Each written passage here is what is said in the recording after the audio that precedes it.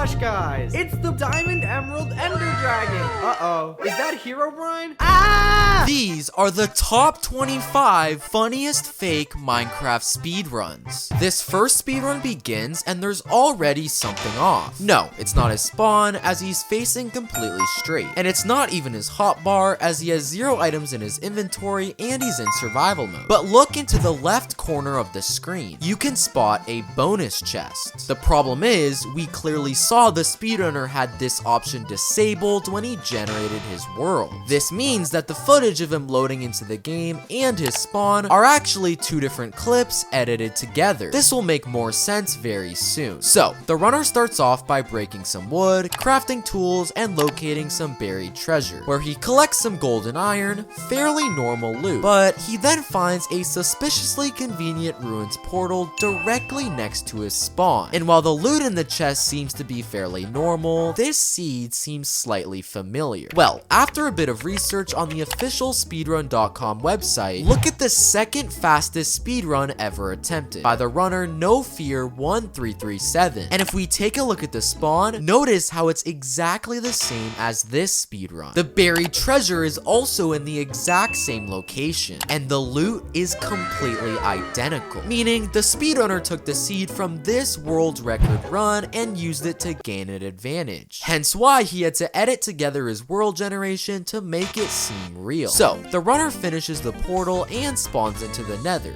directly next to a bastion. And while that may seem very suspicious, that isn't what's fake about this part of the speedrun. Because take a closer look at the zombie pigman to the right of him. If you put the footage in slow motion, you can see that there was a slight cut in the recording, as this zombie pigman jumped completely forward in time. But why was there a cut? Well, notice how the speedrunner has suddenly acquired an iron pickaxe in his inventory, when just seconds earlier, we can clearly see that this same inventory slot was not an iron pickaxe. He clearly cut the video to get an iron pickaxe in creative mode, as he knew you couldn't mine gold blocks in the Bastion without an iron pickaxe. And what's even funnier is he literally had enough iron to craft the pickaxe normally, but still decided to cheat. So, using this pickaxe, he enters the Bastion and successfully collects 27 gold ingots. But this is where things start to get interesting, because it appears as though the piglins are making trades without any gold being in their hands. And what's even weirder is that we can clearly see the runner still has 27 ingots in his hotbar, meaning he hasn't even dropped any for the piglins to trade with. So how are they making trades without any gold in their hands? Honestly, I have no idea, and I don't even want to question it. So the runner gets lucky with his trades and collects 16 ender pearls out of thin air. Now, a normal speedrunner would then make his way to a fortress to collect blaze rods, a crucial item in crafting Eyes of Ender. But this speedrunner decides to ignore fortress and instead build a portal heading straight back to the overworld. This seems very weird, but it will make sense in a few seconds. So, the runner spawns back into the overworld, but randomly decides to craft a bow and sail in a random direction until he finds a fortress? In the overworld? How is that even possible? Well, now it's clear why he didn't bother looking for one in the nether. So, he enters the fortress, finds the blaze spawner, and collects 7 rods fairly easily. He then crafts Eyes of Ender and starts throwing them in hopes of locating the strongholds. And to nobody's surprise, the eyes point to the strongholds being directly under the fortress. So, the runner digs down,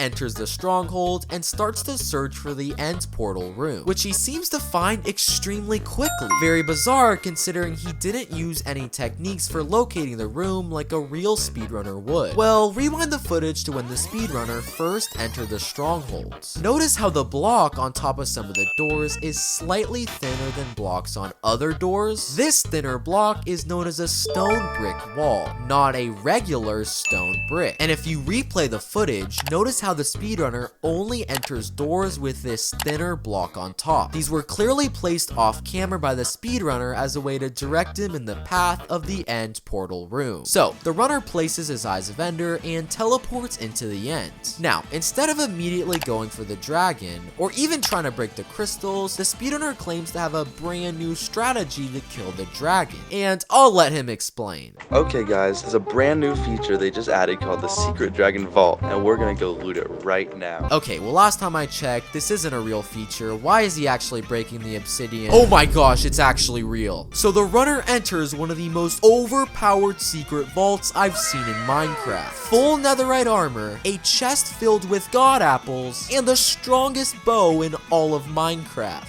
And with this loot, the Ender Dragon doesn't last much longer. This next speedrun begins, and on the surface, it appears fairly normal. Survival mode? Check.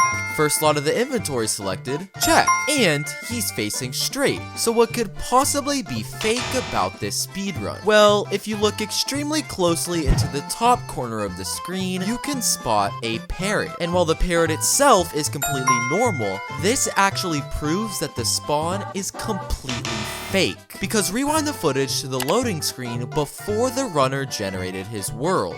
This is the loading screen for the Minecraft version 1.8.9. The problem is, parrots were not introduced into Minecraft until 1.12. This means that the footage of him loading into the game and his spawn are actually two different Minecraft versions and clips edited together. And the speedrunner is likely using a set seed. So, the runner gathers some wood, crafts some tools, and finds a nearby village. Now, right off the bat, there's already something wrong, because take a very close look at the loot in this village chest. While it may seem fairly innocent on the surface, one item is completely fake, and that's this bucket. Buckets can only spawn in one specific village house, a savannah house. But if we rewind the footage, we can clearly see this isn't a savannah house, meaning the runner placed the bucket in the chest himself off camera. But that isn't all that's fake with this part of the speedrun, because when the speedrunner leaves the village house, he's suddenly greeted with a ruins portal right in front of him. The problem is, there was clearly no ruins portal anywhere in this village before he entered the house. So how is this possible? Well, if we take a closer look at the speedrunner's audio when he's in the village house, we can actually see that there was a clear cut in the recording. Listen, I'll play the audio for you where the cut is pretty obvious.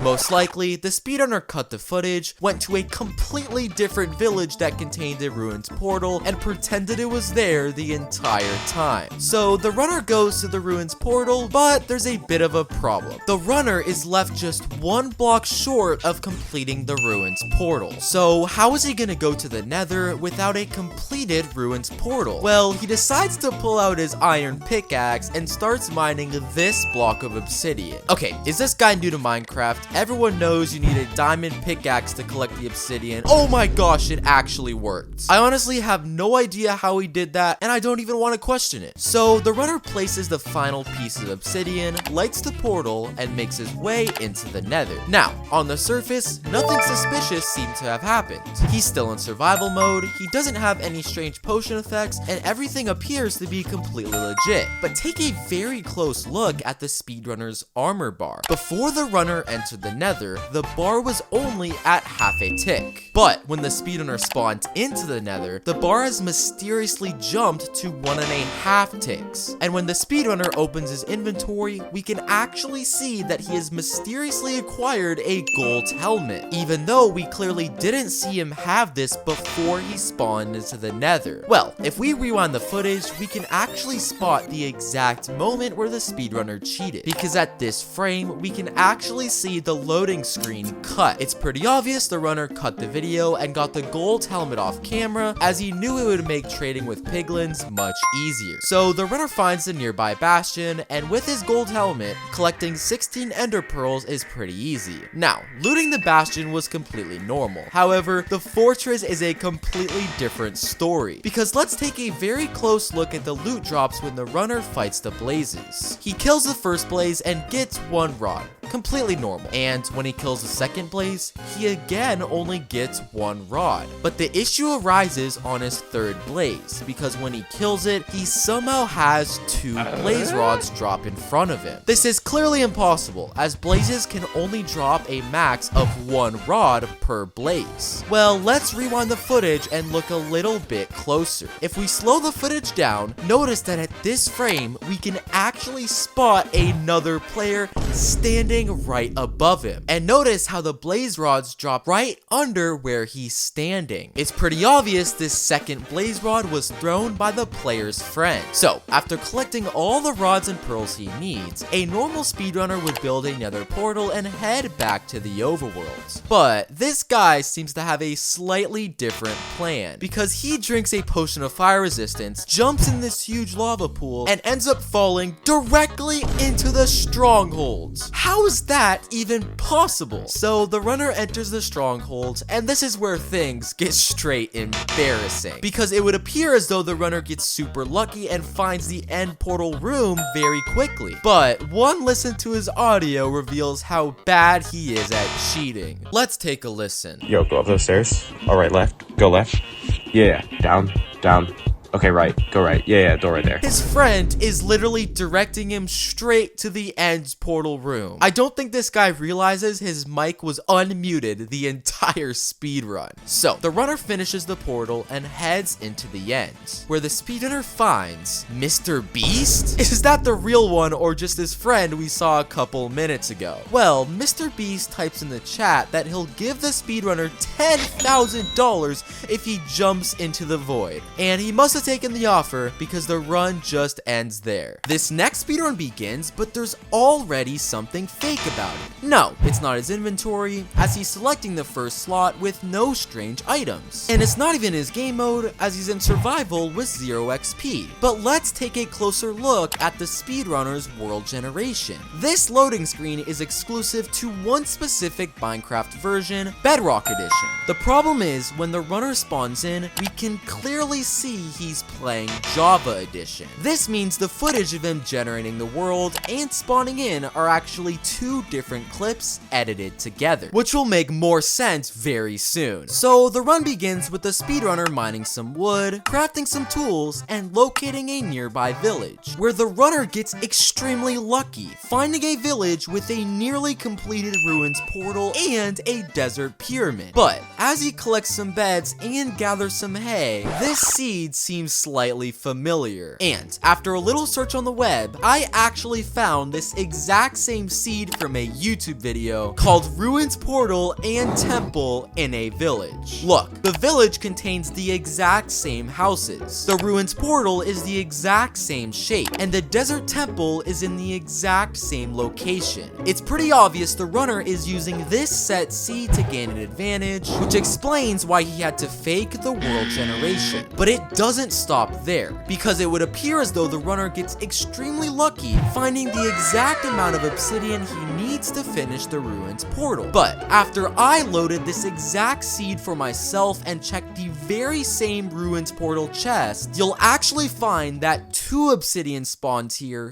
not 3, which means the runner also placed an extra piece of obsidian in the chest himself before recording. So the runner finishes building the portal, lights it, and spawns into the nether. And on the surface, it would appear as though the runner gets incredibly lucky, spawning directly in front of a bastion. However, there's one small detail that reveals his spawn is completely fake, because before the speedrunner spawns in, notice how he's facing completely straight. However, when he does spawn into the nether, he's actually facing slightly to the left. This isn't possible, as you will always spawn into the nether facing the same direction you entered the portal. And to prove his spawn was fake even further, I built the exact same nether portal myself and spawned in a completely different location. It's pretty obvious the runner faked his nether generation in order to gain an advantage. So the runner enters the bastion, but this this is where things get weird. The runner can't seem to find any gold blocks in the Bastion, so the runner instead decides to pull out some leftover iron ingots and starts throwing them at the piglins, hoping they will make a trade. Okay, this guy must be new to speedrunning. This clearly doesn't work. Oh my gosh! I'm gonna be honest, I have no idea why the piglins are trading with iron ingots. And if these piglins weren't weird enough, they don't drop a single ender pearl for the speedrunner, but instead drop blaze rods, which is not only impossible to get from a piglin trade, but will become incredibly important very soon. So, after collecting 8 blaze rods from a piglin trade, the runner starts to search for a nearby fortress. But this is when the speedrunner randomly stops moving, even though their timer is still going. Let's take a listen to their audio to figure out what's going on. Marcus, come downstairs, your dinner's ready. And the speedrunner cuts off his footage. 5 hours later. So finally, the speedrunner returns and continues his search for a fortress. But hold on, you most likely didn't catch it, but he actually just cheated. Because let's take a very close look at his inventory before he left his speedrun to go eat dinner. Notice how this slot is clearly empty. However, when the speedrunner returned from his meal, this exact same slot suddenly has a fire resistance potion. It's pretty obvious he used eating dinner as an excuse to get a fire resistance potion off camera. So, with a fire resistance effect applied, it's incredibly easy for the runner to fight the blazes. But these blazes are slightly different than normal, because instead of dropping blaze rods, they actually drop ender pearls. The piglins and blazes in this speedrun are literally switched. So, after his fight with the blazes, the runner collects 12 ender pearls, where a normal speedrunner would build another portal and head back to the overworld. The only issue is they don't have enough obsidian in their inventory to craft a nether portal themselves. So how are they supposed to get back to the overworld? Well, the speedrunner pulls out a few items from his inventory and crafts a magic wand. Is that a real Minecraft item? Well, the speedrunner grabs the wand and after a bright flash, he summons a fully lit nether portal. And I'm gonna be honest, I have no idea what just happened. So, the speedrunner enters the nether portal that he summoned and makes his way into the overworld, where thankfully, he uses the common technique of triangulation to locate the exact position of the stronghold. Or that's at least what he claims. Because let's watch very closely as the speedrunner is digging into the stronghold. If you slow down this part of the footage, notice how these 2 items in his inventory swap places, which actually reveals there was a cut in his recording. My guess is this location the speedrunner claimed to be the stronghold was completely fake, and he cut the video to find the real location of the stronghold in spectator mode, pretending it was here the entire time. So, the runner enters the strongholds, but there's just one problem. The runner simply can't seem to find the location of the end portal room. Well, the runner opens this stronghold chest where he finds some pretty normal items. Bread, apples, an iron pickaxe, mining goggles. Wait, what? Did I miss an update? Well, the runner puts on his mining goggles and he can now see every bit of the stronghold, which allows him to easily find the end portal room. Is this even a real Minecraft item? So the runner enters the end portal room but has one slight issue. He ends up being just one eye short of completing the end portal. Well, the runner once again pulls out his magic wand, and after another flash of light, he summons the final eye of Ender that he needs. This magic wand is too overpowered. So the runner finishes the portal, enters the end, and here's where things get crazy. On the surface, his spawn seems to be completely normal. The Ender Dragon still has full health, he spawns on an obsidian platform like in a real speedrun, and he doesn't have any strange items in his inventory. But as the runner is casually running on the surface, he morphs into an Ender Dragon, and now he's flying around in the end. Well, as an Ender Dragon, he heads straight towards the real Ender Dragon, but I guess he must be too weak because he actually dies. This next speedrun begins, and at a first glance, it appears fairly normal. He's selecting the first slot of his inventory, he's in survival mode, and his hunger bar is completely full. But take a closer look at this speedrunner's crosshair. In a real Minecraft speedrun, your crosshair will always be parallel to the surrounding blocks. But in this speedrun, we can actually see that the crosshair is angled slightly to the left of this tree, which means this world generation is completely fake, and the runner has already been on this world. So the runner starts off by mining some wood, crafting some tools, and locating a nearby village. And while the village itself is completely normal, the speedrunner actually just cheated. Because let's rewind the footage to when the runner first started searching for the village. Notice how he seems to run in a very specific direction, which is odd considering he had no way of knowing the location of the village. Well, if you look a little closer, you can actually spot these strange pieces of dirt on the ground. And if we play the entire clip, you'll actually notice the runner has been following these dirt blocks all the way to the village. It's pretty obvious he placed the dirt blocks himself before recording, and now it's clear why he had to fake the world generation. So the runner enters the village, and after collecting some beds and gathering some hay, he goes to loot the chest in this village house. And on the surface, this loot would appear to be pretty normal, with the runner finding feathers, flint, and even an emerald. And to further prove his innocence, he finds the exact loot that would normally spawn in a Fletcher house, the exact house that he's located in. So what could possibly be fake about this part of the speedrun? Well, the problem comes from the biome that this village is located in, because a Fletcher house can only spawn with a chest in one specific village, a Taiga village. The problem is, if we rewind the footage, we can clearly see this isn't a Taiga village, which means the runner actually placed this chest himself off camera to gain an advantage. So after gathering his loot, the runner makes his way to a nearby ruins portal, and at a first glance, the loot in the chest seems completely normal, as all the items are ones that can naturally spawn here. But the chest is not what's fake about this part of the speedrun, because let's play this clip back in slow motion and tell me if you noticed what just happened. Look, there's actually a secret pressure plate on this piece of stone right in front of the chest. And if you move your focus to the right of the screen, you can actually see this pressure plate moving a piece of obsidian in place to complete the portal. Clearly, the pressure plate was placed by the speedrunner off camera. And secondly, it's not even possible for pistons to move obsidian, so I don't even know how he pulled that off. So the runner finishes looting the chest, lights the portal, and makes his way into the nether. And giving him the benefit of the doubt, his spawn seems fairly normal. He's still in survival mode, he gets the advancement for entering the nether, and he doesn't have any strange potion effects. But despite all of this, the runner still manages to locate the fortress extremely quickly. Very bizarre considering he didn't use any speedrun techniques to locate it like a real speedrunner would. Well, let's pause the footage at this specific frame, where if you look extremely closely into the top of the screen,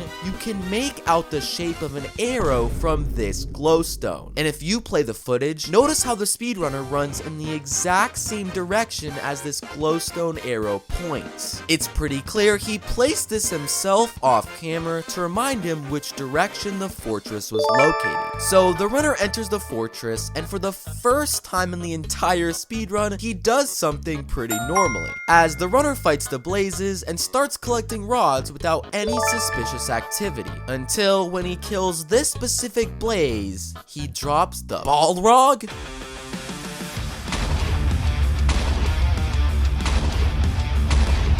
That thing is so powerful. So, after destroying an entire population of blazes and collecting 7 rods, it's now time for the runner to locate a bastion. But he locates the bastion in a way you're probably not expecting, because the runner pulls out his pickaxe, randomly starts digging straight down, and falls right into the heart of a bastion. The problem is, it's literally impossible for a fortress and bastion to spawn in the same region. So I have literally no idea how this runner pulled that off. So the runner enters the Bastion, but there's just one slight problem. The runner doesn't have a single iron pickaxe in his inventory. And without an iron pickaxe, there's no possible way for him to mine gold, and he can't trade with piglins. Well, let's watch this clip in slow motion, because as the speedrunner is casually walking throughout the Bastion, an iron pickaxe seemingly drops from the sky. But let's rewind the footage to see what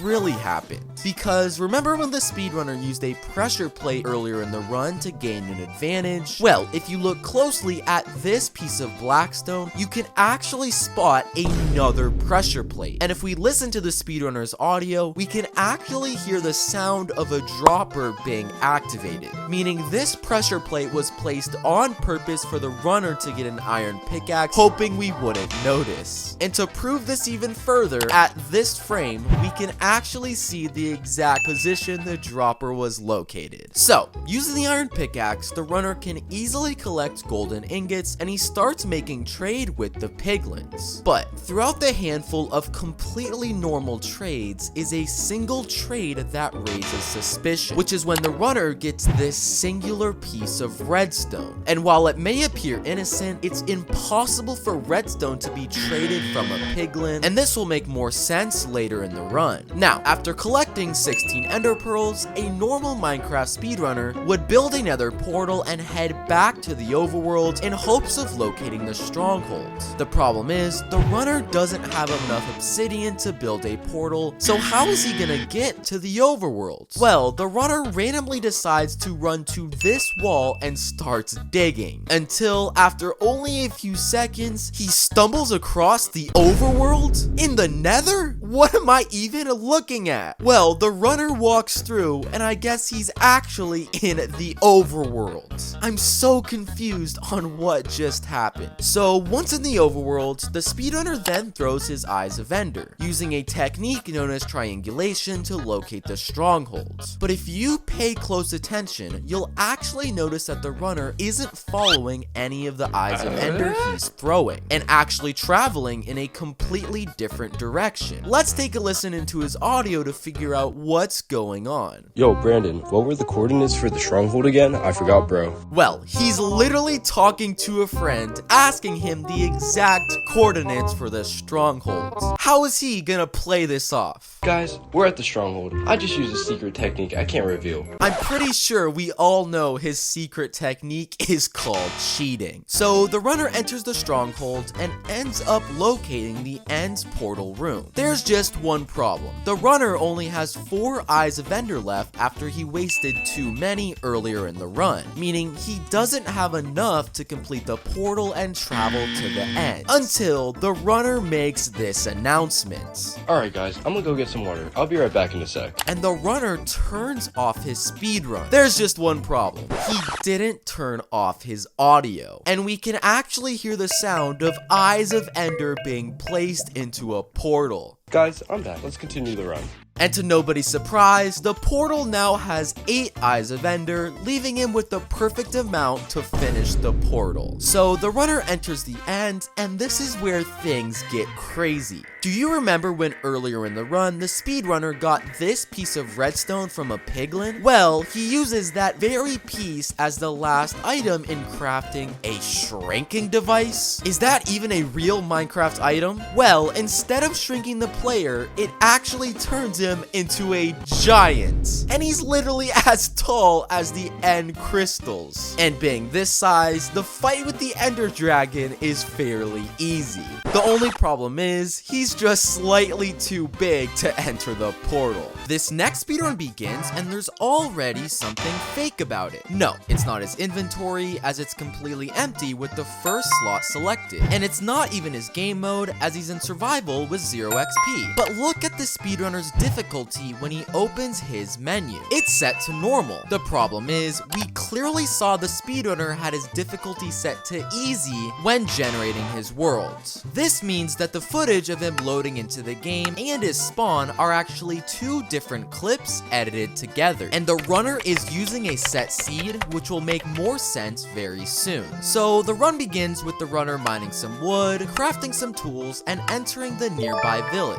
And the loot in this village chest is completely normal, as all are completely legitimate items that can spawn here. But hold on, did you catch that? At this frame, while the runner was looting the chest, he gets a Discord notification containing a link to a YouTube video. And while that may appear innocent, let's take a closer look. If we copy that exact same link down and search it on YouTube, we're led to a video titled The Top 5 Speedrunning Seeds for Minecraft. And let's take a closer look at the first seed mentioned in the video. Look, the spawn is the exact same, with a village and cherry blossom biome. And the loot in this village chest is also completely identical. It's pretty obvious the runner is using this set seed to gain an advantage, which is why he faked his world generation earlier in the run. So the runner continues by breaking some beds, gathering some hay, and beginning to search for a nearby ruins portal. And without using any speedrun techniques, he seems to think the ruins portal is under this random block. Okay, there's no way it's actually located here. Oh my gosh, it actually worked. But how is that possible? Well, let's rewind the footage to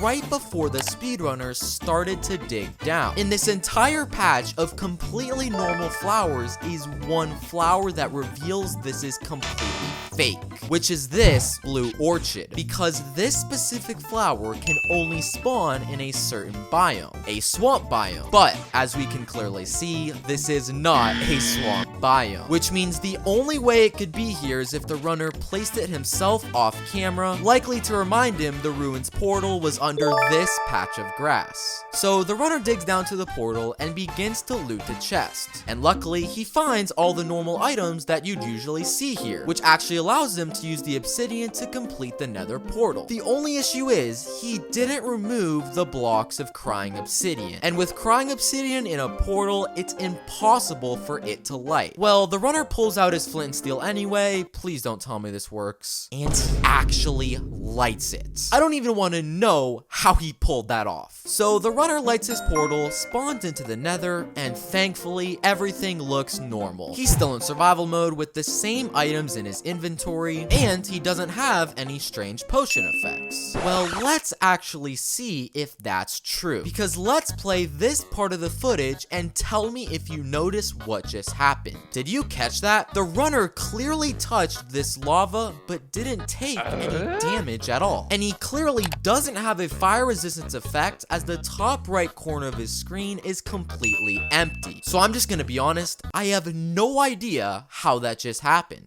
Either way, the runner eventually locates the fortress and starts to fight some blazes. But now the runner has suddenly acquired a fire resistance effect. But first, we clearly never saw him drink one, and secondly, he never even had one in his inventory. Well, let's slow down this part of the footage and look a little closer, as when the runner is seemingly staring at this wall, you can actually notice the slightest cut in his recording. And at this exact frame, we can see the faintest message of a command giving the player a fire resistance effect. It's pretty obvious he gave himself the fire resistance with a command and tried cutting it out so we wouldn't notice. So with the fire resistance effect, it's pretty easy for the runner to collect 7 blaze rods, when he then makes his way to a nearby bastion, where thankfully, when trading with piglins, every one of his trades is completely legitimate. But I think the runner got tired of the trades taking too long, because he randomly decides to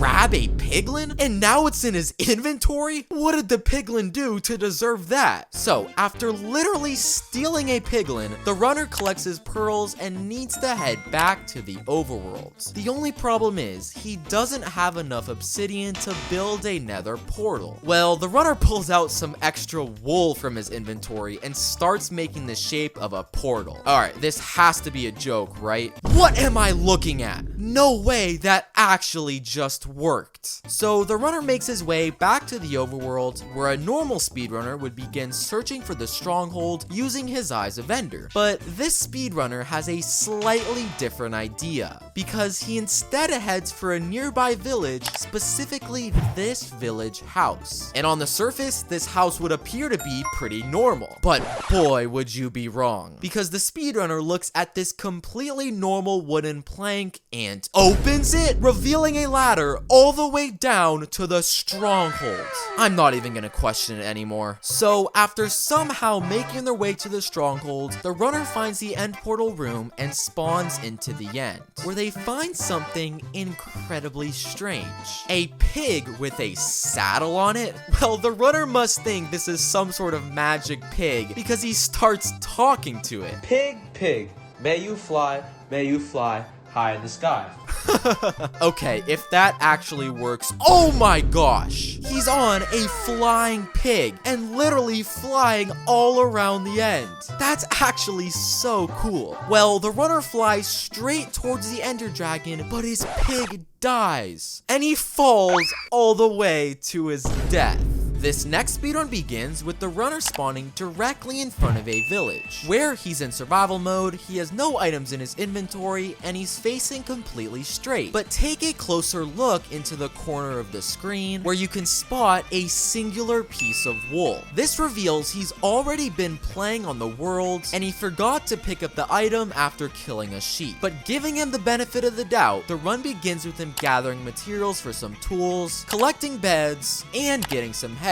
All completely legit, until the runner stumbles across the dream house. Did I miss an update? No way, guys. Oh my gosh. We found the super ultra rare dream house. So the runner enters the dream house, and inside, is that the real dream? Guys, oh my gosh, I'm so lucky. Well, right next to dream is a chest with all of the items you would need to enter the nether. But I think the speedrunner is more focused on the fact that he found dream in his world. OMG Dream, can I please get an autograph? I love you. This guy is out of control. So after collecting all of the items from the dream house, the runner crafts his nether portal and makes his way into the nether. Now, it would appear as though the runner gets extremely lucky and spawned directly in front of a fortress. But let's rewind the footage to see what really happened. If we play the clip frame by frame, we can actually see that the runner spawned in a completely different location, but edited his recording to make it look like he spawned in front of a fortress. So the runner enters the fortress and goes to loot this fortress chest. And inside is all of the normal items you'd expect to spawn here. A saddle, nether warts, iron ingots, a gold chestplate, Big Bertha. Wait, what?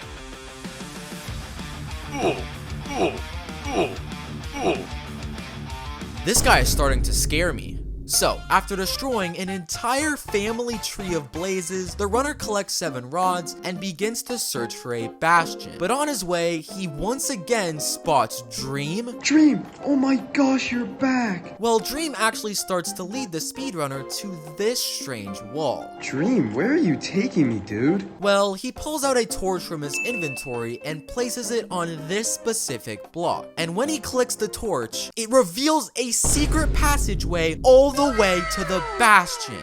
What? So, after summoning a secret tunnel, the runner makes his way into the Bastion. But let's take a very close look at the loot in this Bastion chest. He finds some gold, obsidian, and even a few arrows. But he also finds this potion of slow falling. And while it may appear innocent, this item can't spawn in a Bastion chest. Remember this for later. So the runner locates some gold, crafts some ingots, and starts to trade with the nearby piglins. And while all of the items he's getting from the trades are completely normal, the amount of each item he gets are completely fake. Because first, he gets 3 blocks of obsidian, even though the max per drop is only 1. He also gets 6 ender pearls from a single trade, even though the maximum is 4. And he even gets 2 potions of fire resistance, even though there's a max of 1. The runner clearly messed with the loot drops for the piglins to give himself an advantage. So, after collecting all the pearls he needs, the runner builds a portal and heads back to the overworld. Now, like previous runners, this speedrunner completely ignores throwing his eyes of Ender like a real speedrunner would. Interesting. Well, do you remember when the speedrunner found a potion of slow falling from the Bastion chest?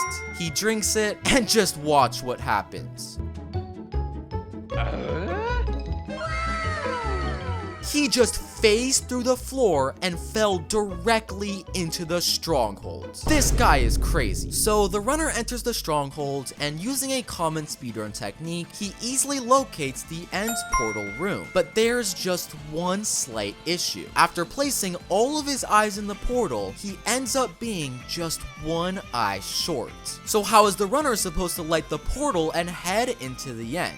Dream, save me, please. Okay, no way this is gonna work. Oh my gosh, it's Dream. So Dream comes out of the floor and looks at the speedrunner, giving him the final eye of Ender that he needs. And then he disappears. So after collecting the last eye of Ender he needs, the runner can enter the end. Now, when the runner spawns in, there's already a few problems. First, he doesn't get the achievement for entering into the end. Secondly, he spawns directly onto the surface instead of an obsidian platform. And lastly, he finds a chest with some extremely overpowered items. And with all of this overpowered loot, the Ender Dragon doesn't last long at all. This next run begins with the runner spawning directly next to a pillager outpost. And everything appears to look normal at first, as the runner's in survival mode, has no XP, and he's selecting the first slot of his inventory. But move your focus to the speedrunner's hunger bar. If you look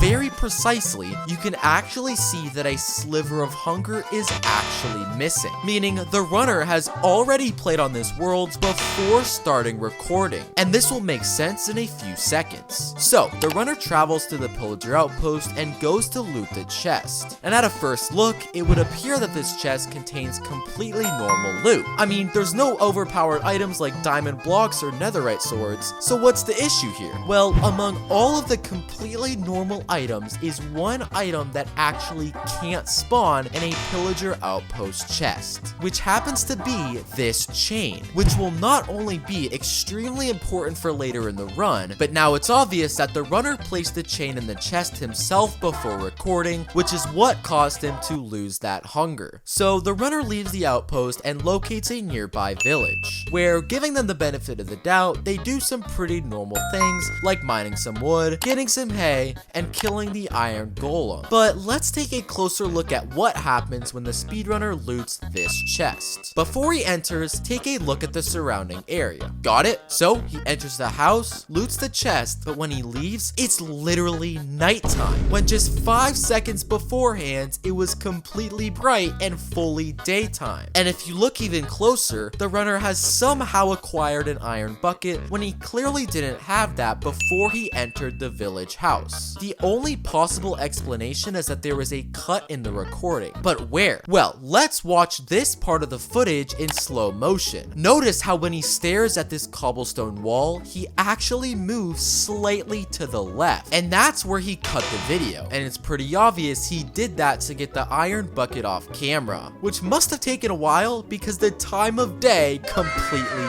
changed. So using the iron bucket, the runner finds a nearby lava pool and starts crafting the portal. But watch this part of the footage very closely. Did you catch that? The runner literally fell in the lava pool for a split second, caught on fire, but did not take any damage. And it's very clear he doesn't have a potion effect because the top right corner is completely empty. So how exactly did that happen? Well, take a closer look at the speedrunner's heart and hunger bar. If you look closely, doesn't it appear as though the hearts and hunger bar are edited in? It almost looks like it's a screenshot because there's a border around the heart and hunger bar that is a completely different background from the rest of the screen. And to prove this even further, I actually managed to find the exact frame where the screenshot was taken. What does this all mean? When the speedrunner fell in the lava, beta, they were actually in creative mode, which explains why they took no damage. But they put in a screenshot of their hearts and hunger bar to make us think they were in survival. So the runner finishes building the portal and heads into the nether. Now, a normal speedrunner would likely make his way to either a bastion or a fortress to either collect blaze rods or pearls, crucial items for completing a speedrun. But this speedrunner seems to have a slightly different idea. Let's take a listen. Alright guys, there's basically a new method where you get pearls and blaze rods for completely free. Okay, I'm gonna be honest, I'm pretty skeptical, but I guess let's hear him out. Okay, just find the nearest wall and count 4 blocks to the right, and 3 blocks up. There's an invisible chest located at that point. It has everything you need. Okay, let's all be honest here, there is absolutely no way this actually works. This guy has to be joking. Alright, 1, 2, 3, 4. Go up 3 and boom. Guys, there's a chest with all the stuff that you need. I've watched hundreds of speedruns, and let me be clear, I have never seen something so crazy, and I don't even want to know how this guy just pulled that off. So after collecting blaze rods and pearls from an invisible chest, the runner makes his way back to the overworld. And this is where the runner decides it's the perfect time to advertise his YouTube channel, where he puts this obnoxiously large subscribe logo in the bottom left corner of the screen. And following this decision, the runner runs in a very deliberate direction, leading him straight into the Stronghold. But how is it possible he knew this location without throwing any Eyes of Ender or using any techniques to locate it? Well, while putting in the subscribe button seems pretty innocent, this was done completely on purpose to cheat in the speedrun, because he puts this logo in the exact same area where commands and chat are located in Minecraft. And if you go to this frame in the speedrun, right after the runner removes the subscribe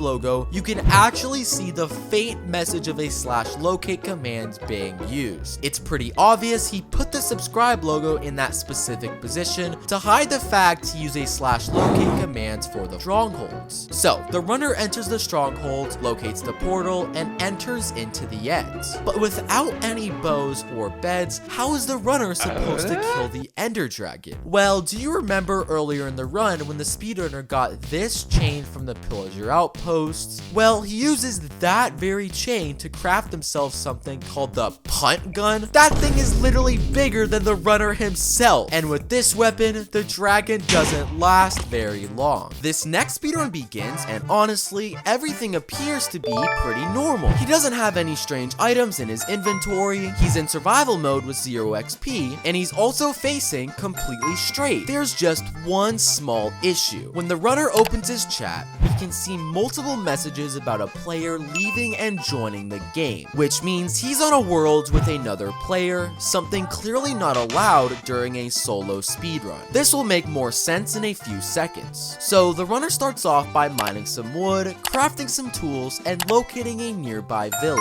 But let's watch closely to what happens when the runner loots this village chest. I'll play the clip. Did you catch that? Even though there were clearly 0 netherite ingots in the chest, the runner somehow acquired 3 in his inventory. But how is that possible? Well, if we slow down the footage and look extremely closely into the corner of the screen, we can actually spot another player. And we can actually see that this player threw the netherite ingots at the exact same time the player was looting the chest. It's pretty obvious this player is the one we saw leaving and joining the world earlier in the run. So the runner gathers the netherite ingots from his friend and places down a crafting table. Now you're probably expecting him to craft an axe or maybe even a sword, but he instead crafts Thor's hammer.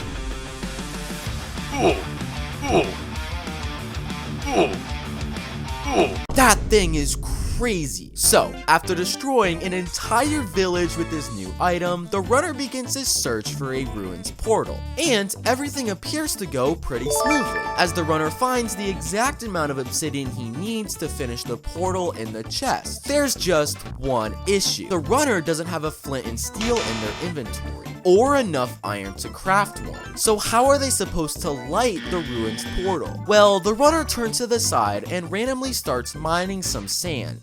And when he turns back around, he reopens the chest and magically finds the exact flint and steel that he needs. But hold on, just a few seconds ago, we saw the speedrunner completely clear out the chest and there were 0 items left in it. Now, I would be suspicious of his friend we saw earlier, but he's nowhere to be found. Well, until you look a little closer at these blocks of obsidian, where you can actually see his friend wearing an obsidian skin. And now it's obvious how the flint and steel ended up in the chest. So, using the flint and steel from his friend, the runner makes his way into the nether. So the run continues with the runner attempting to find a nearby fortress. And he seems to locate it pretty quickly, which is bizarre considering he didn't use the common technique of scanning for entities like a real speedrunner would. Well, let's take a closer look at this zombie pigman. For some reason, he's been walking in the exact direction as the speedrunner the entire time he was looking for the fortress. But that's not all, because at this frame when he turns around, we can actually see that this isn't a zombie pigman at all, but a player wearing a zombie pigman skin. Because look at the sword he's holding. A real zombie pigman holds it up, while his is held facing down. It's pretty obvious this is the same friend we've seen throughout the run, pretending to be a zombie pigman to lead him straight to the fortress. So the runner locates the blaze spawner and all appears to be normal. He kills a few blazes and gets the normal 1 rod per blaze that he kills. But notice how the runner magically seems to get a fire resistance effect at this frame, which is bizarre considering he didn't have a potion in his inventory and we never saw him drink one himself. Well, let's take a closer look at this specific blaze, where if you look closely, you can tell this blaze is not like the rest. And at this part of the footage, we can actually see this quote-unquote blaze is the one who threw a potion onto the runner. If you haven't caught on, this clearly isn't a blaze, but his friend simply wearing a blaze skin. So with a fire resistance potion, it's pretty easy for the runner to collect 7 blaze rods, where he makes his way to a nearby bastion. And in the beginning, everything he's doing is completely normal. He's throwing gold, his trades are 100% normal, and he isn't getting any strange potion effects. Until the runner turns around and finds a genie, and he's so excited. Oh my gosh, guys, it's the magical Minecraft genie! Did I miss an update? So the genie types in chat, granting the runner 3 wishes he can use. Genie, may I please use my first wish on a stack of ender pearls? And is this actually gonna work? Oh my gosh, he actually got them. Oh my gosh, guys, he actually gave me the ender pearls. It works! For the second wish, the runner decides to ask for some obsidian, most likely to build a nether portal.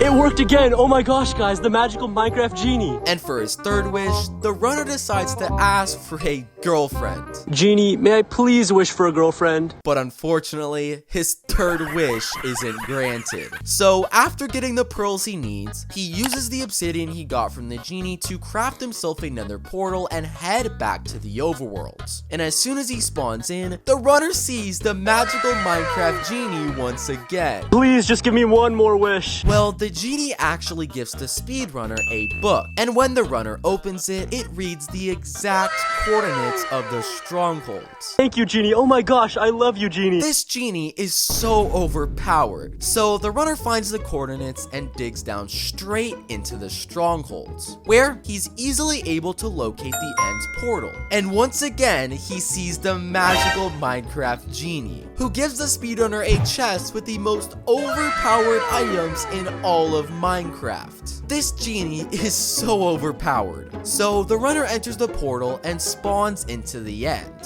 And this is where things get weird, because it appears as though the ender dragon is dead, as he doesn't have a health bar at the top of the screen. And when the runner goes to the surface, the portal is already already filled, but he still sees an ender dragon.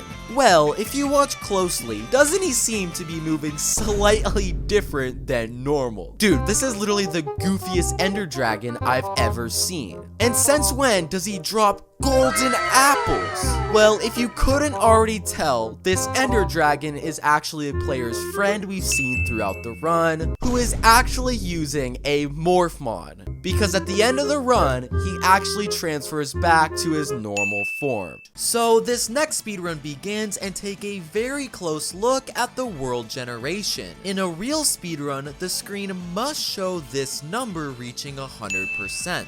But in this speedrun, you can see him cut the footage at 98%. So when he spawns right in front of a village, we know he's using a set seed and edited the world generation to make it look real. But giving him the benefit of the doubt, everything looks legitimate at a first glance. He doesn't have any XP, he's in survival mode, and doesn't start with any weird items in his inventory. Until you look closer at the roof of this village house, which has clearly been marked by the speedrunner with this slightly different colored stair, to mark out the fact that this house has a chest with bread, apples. Wait, is that a rocket launcher? Remember this for later. So he leaves the village and begins his search to find a lava pool to build a nether portal, where he suddenly stops and digs straight down at this random block, magically leading him straight to a lava pool. But how is it possible he knew to dig down at this exact block? Well, if we slow down this footage from just a few seconds earlier,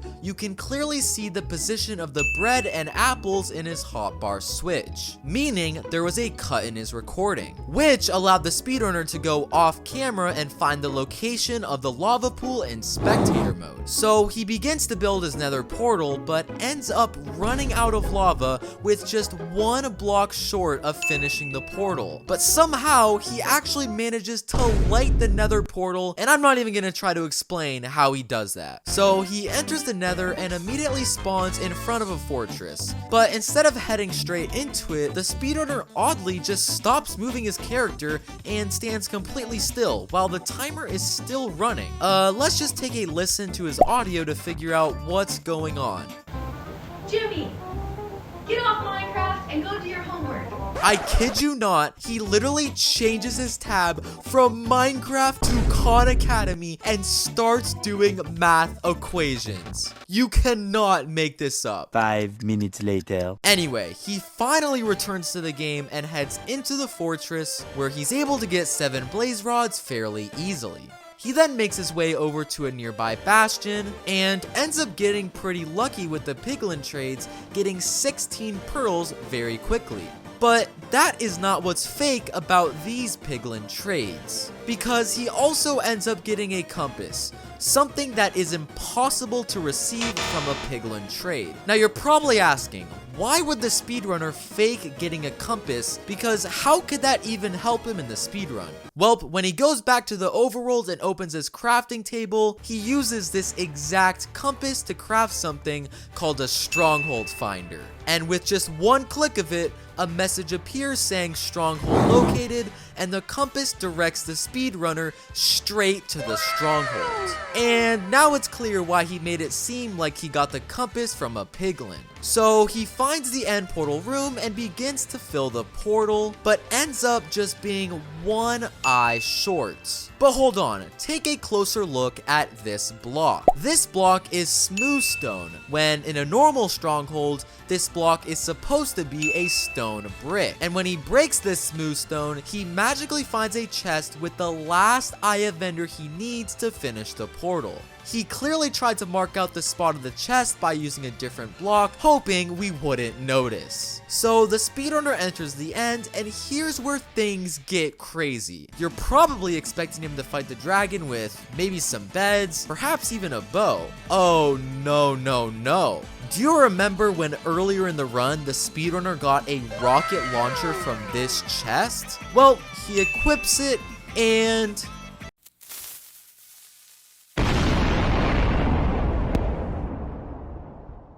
I think the footage just spoke for itself. This next speedrun begins with the runner spawning directly in front of a village. And while everything appears to be completely normal, take a closer look at the bottom left corner of his screen. There's a singular piece of pork on the ground, meaning the world had already been played on, and he forgot to pick up the item after killing a pig. But that isn't all that he did off camera, because take a closer look at the door of this village house. A normal village house contains 2 torches, one on each side of the door. However, this village house only contains one on the left, meaning the speedrunner broke one of them before recording. And this is likely to mark out this specific village house, because the chest contains bread, apples, a carrot sniper. Wait, what the heck? Remember this for later. The speedrunner continues the run by collecting some hay and killing the iron golem to get iron and craft a bucket, when he immediately goes to this very suspiciously placed dirt block and digs straight down, which just so happens to lead him to the lava pool. But how is it possible the speedrunner knew to dig down at this specific block? Well, the only way a grass block turns into a dirt block is if something is placed over it. And because we can clearly see the speedrunner never did this, the only explanation is that he placed the dirt block in creative mode to easily remember to dig down at this specific block and find the lava pool. So the run continues with the speedrunner creating a nether portal and entering the nether, where the speedrunner finds a nearby bastion. So, using his gold, he begins to trade with the piglins to try to get loot. It's important to note that every single time you throw a gold inglet, a piglin has a 2.18% chance of giving you 4 ender pearls. And because the speedrunner only has 3 gold, the absolute max amount of ender pearls he would be able to get is 12. However, when the speedrunner is done trading, he gets a total of 15 ender pearls. The only explanation is that the speedrunner changed the loot drop percentages of ender pearls from 4 pearls to 5 for a single trade. It can't get any more obvious. So he collects his pearls and makes his way to a nearby fortress. And is it just me, or are there far more blazes than what usually spawn? Well, if we pause the footage at this frame, we can see a blaze spawner egg hidden in his inventory that he forgot to get rid of, meaning the speedrunner simply used the egg to spawn in an insane amount of blazes. So he easily collects his rods and then finds an oddly suspicious wall that clearly resembles the shape of a nether portal. And of course, this position spawns the speedrunner directly into the end portal room. It's pretty obvious he marked out this specific spot as he knew it would lead him to the portal. So the speedrunner places the eyes and makes his way into the end. In a normal speedrun, the speedrunner would likely use beds to kill the ender dragon, but we can clearly see that the speedrunner doesn't have a single bed in his inventory. Well, do you remember when earlier in the run the speedrunner found a carrot launcher in this village chest? This is gonna be interesting.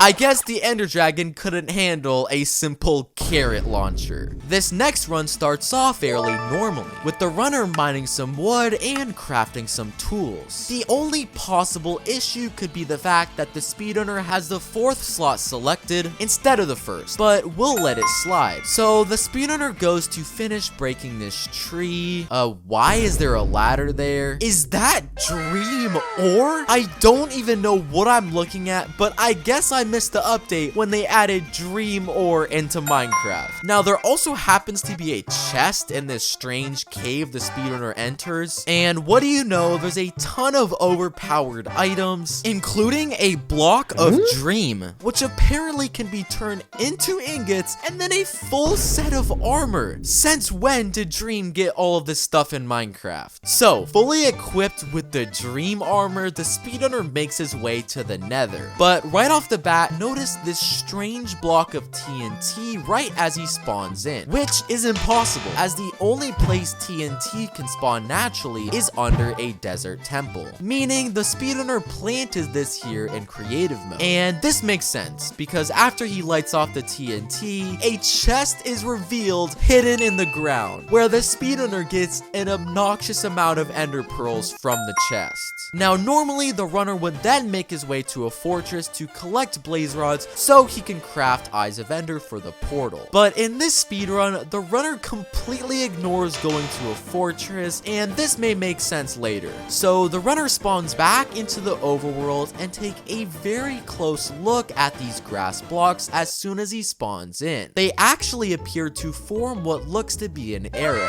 pointing the speedrunner in a very specific direction. So the runner follows the direction of the arrow, and hold on, wait, why exactly is he a grizzly bear? More importantly, how is he a grizzly bear? I'm just not gonna ask any more questions. So right here, the speedrunner makes a blatant cut in his recording, as we can clearly see he changed his game into survival, and after jumping in this random pool of lava, the speedrunner falls down a hole straight into, you guessed it, the end portal. And now it's pretty obvious as to why he set up an arrow, because it leads him straight to the location of the end portal. So the runner spawns into the end, and right away, why are there random dream NPCs in the end? Now he also finds what is a wish.com version of a wither in the end. This speedrun is so weird. So the runner then opens a chest with two different things. First, a rainbow scythe, which clearly is not a real weapon in Minecraft, and he also gets another wither head and finishes the wither. I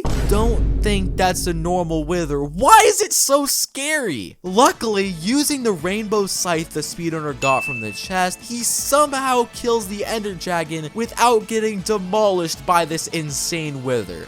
Maybe because the speedrunner is somehow in creative mode. This next speedrun starts with the runner mining some wood and crafting some tools, where he then finds a nearby village. He starts by collecting some hay and killing the iron golem, but the speedrunner then finds a very strange house in the village called the Nether House. What explanation is he going to give for this? Okay, we're going in the brand new village house called the Nether House. It's a brand new feature. So he enters the house, and the chest contains all of the necessary items to enter the Nether. At least the house was named properly. So using his items from the Nether House, the speedrunner enters the Nether, where he suddenly starts building straight up, digs through the roof, and ends up straight into the fortress. He clearly already knew the position of the fortress before recording. So the speedrunner searches for the blaze spawner, where he instead finds Notch, and the speedrunner is absolutely ecstatic. Oh my gosh, guys, we found Notch in the speedrun. That's so lucky. So Notch gives the speedrunner a full stack of blaze rods.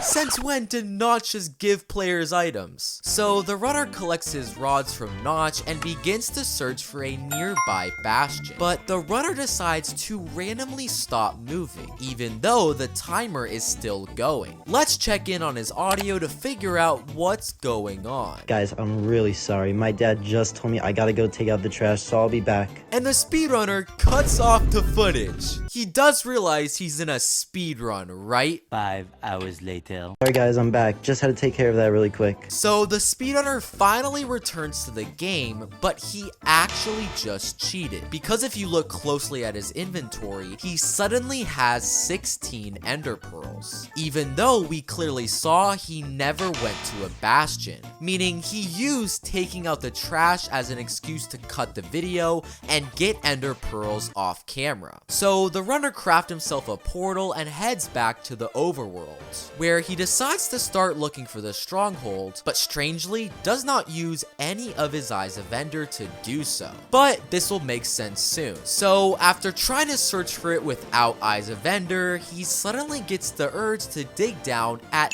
this specific block. I have a feeling the stronghold is under this block. Trust me, it's gonna work. And to my amazement, this actually leads him straight into the strongholds. But how did the speedrunner know to dig down at this exact block if he didn't even use Eyes of Ender? Well, take a very close look at the surrounding area before the speedrunner dug down. Do you notice this flower just a few blocks away from where he digs down? Well, this is a flower known as the Lily of the Valley. The problem is, this flower is only able to spawn in a flower forest biome, but we can clearly see the speedrunner is in a plains biome. This all means that the runner placed it himself in creative mode to remind him that the stronghold was under this location. So, the runner finds the end portal room and crafts his eyes to finish the portal. But when the speedrunner jumps in, he gets sent to the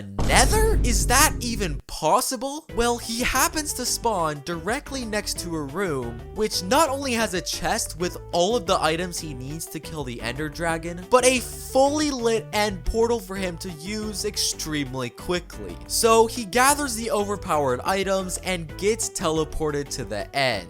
And using these items, the fight ends very quickly. This next speedrun begins, and at a first glance, everything appears to be pretty normal. He's in survival mode, he selected the first slot of his inventory, and he has 0 XP. But take a very close look at the area surrounding him when he spawns in. In a real Minecraft speedrun, your character will always spawn parallel to the surrounding blocks. But in this speedrun, you can clearly see that the speedrunner is actually facing diagonally. This all means that the speedrunner has already generated this world and the loading screen was fake. So he makes his way to a nearby village where he gathers some hay and gets some beds. He then opens this chest that contains some pretty interesting loot: apples, bread, and 3 diamonds. Now you may not even realize it, but some of this loot is completely fake. A diamond is only able to spawn in one specific village house,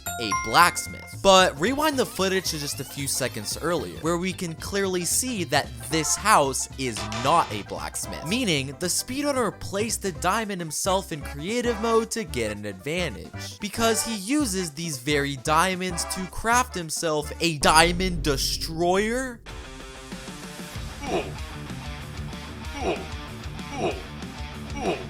That thing is powerful.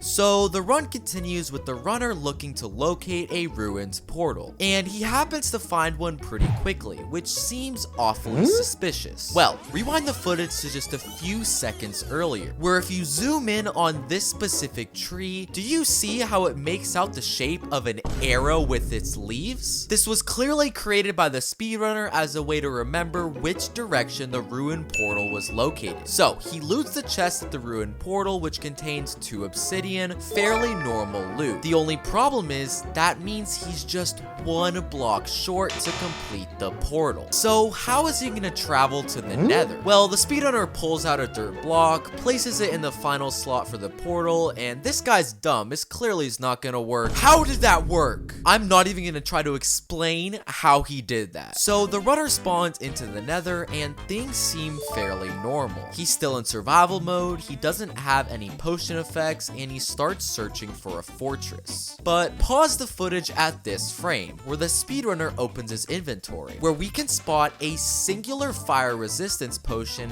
hidden in the corner. But look, just a few seconds ago when he spawned into the nether, he clearly didn't have this potion in his inventory. Well, if you actually place this part of the footage in slow motion, you can actually see that there was a clear cut in the video as the lava completely jumps forward in time, meaning the speedrunner cut the video and got the fire resistance potion off camera. So, using this potion, it's extremely easy for the runner to kill blazes and get 7 rods. Now, a normal speedrunner would then make his way to a bastion to collect ender pearls. But this speedrunner decides to head straight back to the overworld. Interesting, and it will make sense soon. So, the runner spawns in, but without ender pearls, it's impossible for him to locate the stronghold. Well, Well, he finds a nearby village and opens a chest with pretty normal loot. Bread, iron, and a waystone? There's no way this is a real Minecraft item. So he gets the waystone, places it down, and when he clicks it, teleports straight into the stronghold. Is that even possible? Now, even though the runner managed to get to the stronghold, he still doesn't have any ender pearls to complete the portal. So he opens this chest, and while it may appear as though these are completely normal items, one item in particular isn't able to spawn in this chest, the lever. And it's clear the speedrunner placed it there himself because he uses this lever for something very specific. To turn off the lights? Is that even possible? So the speedrunner waits until exactly 1 minute has passed before the lights turn back on. And let me know if you can see what's different about the worlds. Well, compare the end portal from before and after the lights have been turned off. It's been completely filled in, meaning the portal was filled by someone else while the lights were off. So the runner jumps in the portal, but finds an unsuspecting guest when he spawns into the end. Is that Herobrine? Things just got scary. So Herobrine types in the chat demanding that the player throws every single one of his items into the void as a sacrifice. So probably scared out of his mind, the speedrunner complies and gets rid of all of his items. And after the sound of the lightning strike, the Ender Dragon has been mysteriously killed. Was it Herobrine? I guess we're never going to know. This next speedrun begins, and on the surface, it appears fairly normal. He's in survival mode, there's no items in his inventory, and the runner's facing completely straight. However, take an extremely close look at this village house. In a normal village house, the entrance will always include a stair right in front of the door. But in this speedrun, we can clearly see that instead of a stair, there's a wood plank, meaning the speedrunner deliberately marked out this village house because the chest inside contains iron, apples, and a grenade launcher. Remember this for later. The runner then makes his way to a nearby lava pool. But if you look closely, the speedrunner has an empty bucket of water in his inventory, not one with water, which means there's no way for the speedrunner to create a nether portal like a normal speedrun. But somehow, even though his bucket is literally empty, he's actually able to place water. That is absolutely mind-blowing. So after summoning water out of literal thin air, the speedrunner enters the nether. Now, the issue with this spawn into the nether is that the speedrunner somehow has a fire resistance effect, even though he clearly didn't have this seconds earlier when he was the Overworld. The only possible explanation is that the speedrunner has already traveled to the nether, and he almost would have gotten away with this until you look closer into the corner of the screen where a singular wooden pickaxe can be located. Clearly, the speedrunner tried to get rid of it off camera but forgot to clean it up. The speedrunner then makes his way to a nearby Bastion where he collects gold blocks and starts to trade with piglins until he finds, let's just say, a rather strange looking piglin. But don't worry, there's no way this piglin can actually trade loot. Wait, how did he just get ender pearls? I'm so confused. So the runner then begins to search for a nether fortress. But notice how fast the speedrunner is running. Way faster than the normal Minecraft character speed. Well, take a close look at the top right corner of the screen. Normally, this is the exact area where potion effects are displayed in Minecraft. But the speedrunner has conveniently placed a subscribe button in the exact same spot. Meaning, the speedrunner is trying to hide the fact that he's using a speed potion he likely got off camera. So he finally makes his way to the fortress and after killing Blazes, gets 7 rods. Now, I want you to take a mental image of his inventory at this very moment. You'll see why this is important in a few seconds. So, the runner leaves the fortress before randomly deciding to change tabs from Minecraft to Fortnite and literally starts to play. Now, while it may appear that he's being dumb by wasting a ton of time, he's actually using this as a way to try to cheat. Because when he logs off Fortnite and finally returns back to Minecraft, take a very close look at his inventory. There has been a netherite sword magically added to his hotbar when this exact slot was empty before he started playing Fortnite. It's pretty clear he used Fortnite as a way to distract us from adding an overpowered item to his inventory off camera. The speedrunner then makes his way back to the overworld. Now, a normal speedrunner would now use the process of triangulation to locate the position of the stronghold, but this speedrunner claims to have a brand new method that's even easier. Let's take a listen. So all you have to do is go to the nearest tree, go 10 blocks to the right, and dig straight down. Alright, so no way will this actually work. It's not actually gonna lead into the strongholds. How did that work? Now you're probably thinking that this speedrunner is some sort of genius, but there's one small detail which reveals this method is completely fake. Take an extremely close look at the tree he uses to quote-unquote locate the strongholds. Do you notice how the texture of this piece of wood is slightly different from the rest of the tree? Well, this is because the piece of wood is actually horizontal, not vertical, which isn't possible to spawn naturally, meaning the speedrunner deliberately marked out this tree as a way to remember the stronghold was directly under it. So the runner enters the stronghold, finds the end portal room, and enters the portal. Now a normal Minecraft speedrunner would then use beds or even a bow to kill the ender dragon. But do you remember earlier when the speedrunner found a grenade launcher in this village chest? Well, he equips it and nothing else needs to be said. This next speedrun begins with the runner spawning directly next to a shipwreck, where he's in survival mode with 0 XP, he's selecting the first slot of his inventory, and he's facing completely straight. But as the speedrunner makes his way to the nearby shipwreck, he accidentally reveals he's cheating. Because when the runner opens his menu to change his controls, notice how this sheep in the background is still moving. In a real single player speedrun, opening your menu will cause all in-game activity to pause. However, when playing on a server, mobs and other creatures will still move even when you've opened your menu. This moving sheep proves the speedrunner is playing on a multiplayer world, something clearly not allowed and will make more sense in a few seconds. So the runner makes their way to the nearby shipwreck, and at a first glance, things appear to be pretty legit, as the first 2 chests that he loots contain completely normal items that would spawn here. But when the runner goes to loot the 3rd chest, there's one slight issue. In a real shipwreck,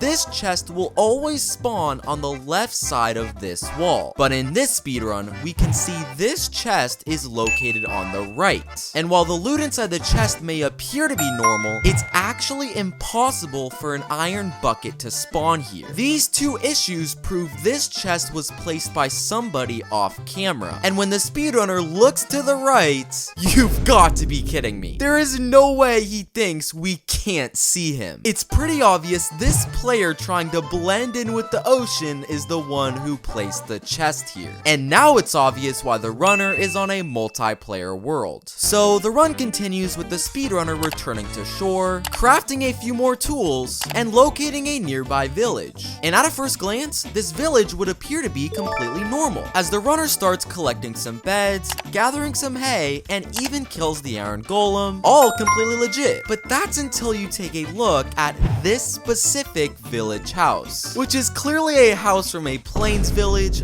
not a savannah village. And when the speedrunner goes to loot the chest in this misplaced village house, he of course finds some pretty overpowered items. Now you're probably wondering how this strange village house even got here, as we clearly never saw the speedrunner build it. Well, if you take a closer look at this villager, you can actually see it's not a villager at all, but a player wearing a villager skin. This is clearly the same friend we saw earlier in the run, and he's likely the one who built the wrong village house. So the runner grabs his items from the chest, leaves the village, and starts to search for a nearby ruins portal. And without using any speedrun techniques, the speedrunner seems to think a ruins portal is under this very block. Okay, that's literally impossible. There's no way it's actually under here. Oh my gosh. Now, Before you think this speedrunner is some sort of genius, let's rewind the footage to see what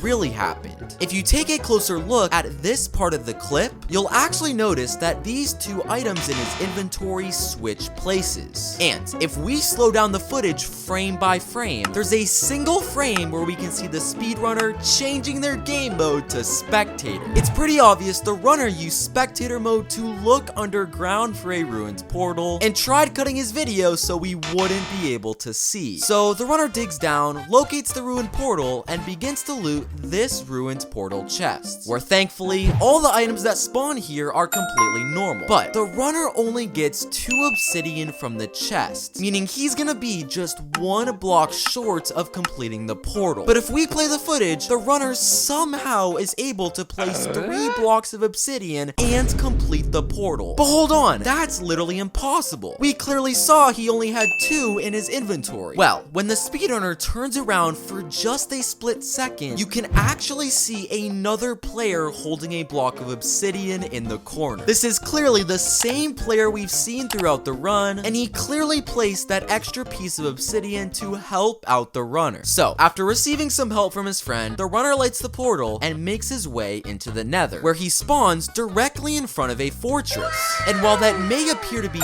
simply luck, this spawn is actually completely fake. Because look at this lava right next to the fortress. You can clearly see that it's already flowed all the way down to the surface of the nether. The problem is, lava can't start flowing until a runner spawns into the nether. And if we take a closer look at the speedrunner spawn, there's actually a single frame where we can see the runner spawned in a completely different location. It's pretty obvious the runner didn't spawn in front of the fortress, but cut his video to make it seem like he did to gain an advantage. So the runner enters the fortress, but there's just one slight issue. He doesn't have a fire resistance potion anywhere in his inventory, which will make it incredibly hard for him to fight blazes. Well, the runner turns this corner in the fortress and magically acquires a fire resistance effect. But if we rewind the footage to just a few seconds ago, we can actually spot his friend holding a fire resistance potion, clearly ready to throw it as the speedrunner passes by. They're so bad at hiding their cheating. So, with the fire resistance effect, it's incredibly easy for the speedrunner to fight blazes. But I guess it's taking just a little too long, because out of the blue comes his friend, dropping him a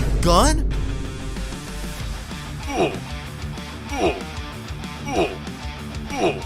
Well, that all happens quite quickly. So, after destroying an entire family of blazes, the runner collects his 7 rods and leaves the fortress. Now, a normal speedrunner would then make their way to a bastion to collect ender pearls, a crucial item in crafting Eyes of Ender. But this speedrunner decides to ignore a bastion and instead go back to his nether portal, heading straight back to the overworld. This will make more sense in a few seconds. So, the runner spawns back into the overworld and starts to run in a completely random direction until he stumbles across a bastion in the overworld? How is that even possible? Well, the runner enters the overworld's bastion, but there's literally 0 piglins, likely due to the fact that piglins can't survive in the overworld. Well, I must have misspoken because the runner does find 1 single piglin, but it doesn't take a genius to realize this isn't actually a piglin, but the same exact friend we've seen throughout the run wearing a piglin skin. And if you weren't already convinced, this quote-unquote piglin drops the speedrunner an entire stack of ender pearls. So, after collecting pearls from the so-called piglin, the runner locates the stronghold and begins to search for the end portal room, which he seems to locate extremely quickly. Very bizarre considering he didn't use any techniques for locating the room like a real speedrunner would. Well, rewind the footage to when the speedrunner first entered the stronghold. Notice how some doors contain this strange block on top while other doors don't.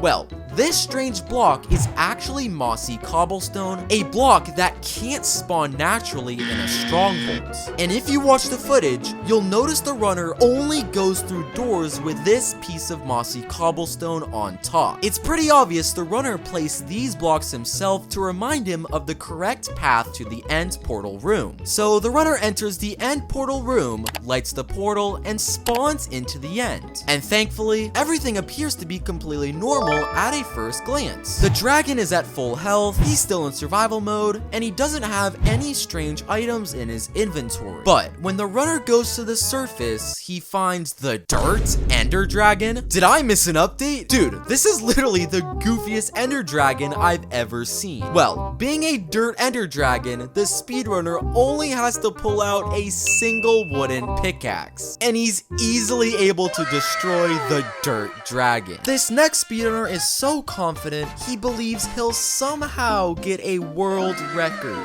Today's the day I'm going to get the world record for Minecraft speedrunning. So let's take a look. Right off the bat, notice how he doesn't show any world generation and skips straight from the loading screen to the spawn. Very suspicious. But giving him the benefit of the doubt, his spawn does seem fairly normal. He's in survival mode, he selected the first slot in his inventory, and he's even provided us with a timer to track the speedrun. But nothing can quite prepare you for what's about to happen. Is that Jesus? This must be a new update that I missed out on. So Jesus spawns in and breaks a sand block leading to a chest, which of course contains some of the most overpowered loot in the game. So the speedrunner continues by looking for a spot to build a nether portal using the obsidian he received from Jesus. But in this frame, we can clearly see he changes game mode to survival, meaning there was a cut in his footage. My suspicion is he was looking for the best coordinates to place his nether portal, but forgot to hide this message. So he enters the nether, and yet again the chat exposes his cheating. But instead of looking for a bastion to get the gold needed to trade with piglins, he magically gets all of the gold he needs from, you guessed it, Jesus. So he tries to find a piglin to use this gold, and it seems as though he finds one. But take a closer look. In slow motion, you can see that the piglin makes this very fast and unrealistic movement, which is very different from the movement mechanics of a real piglin. Also, the shape of the piglin looks slightly different from a real one. All this points to the piglin being an actual player, most likely one of his friends simply using a piglin skin. So he gives this quote-unquote piglin his gold in hopes to receive some loot. But instead of blaze rods, his piglin friend accidentally gives him sticks. How can you be this bad while cheating? So he eventually gets his blaze rods and heads back to the overworld. And it appears as though he's actually trying to speedrun for real, because he starts throwing his eyes of ender to try to find the stronghold. But as he's doing this, he finds a rather interesting mob. Or shall I say,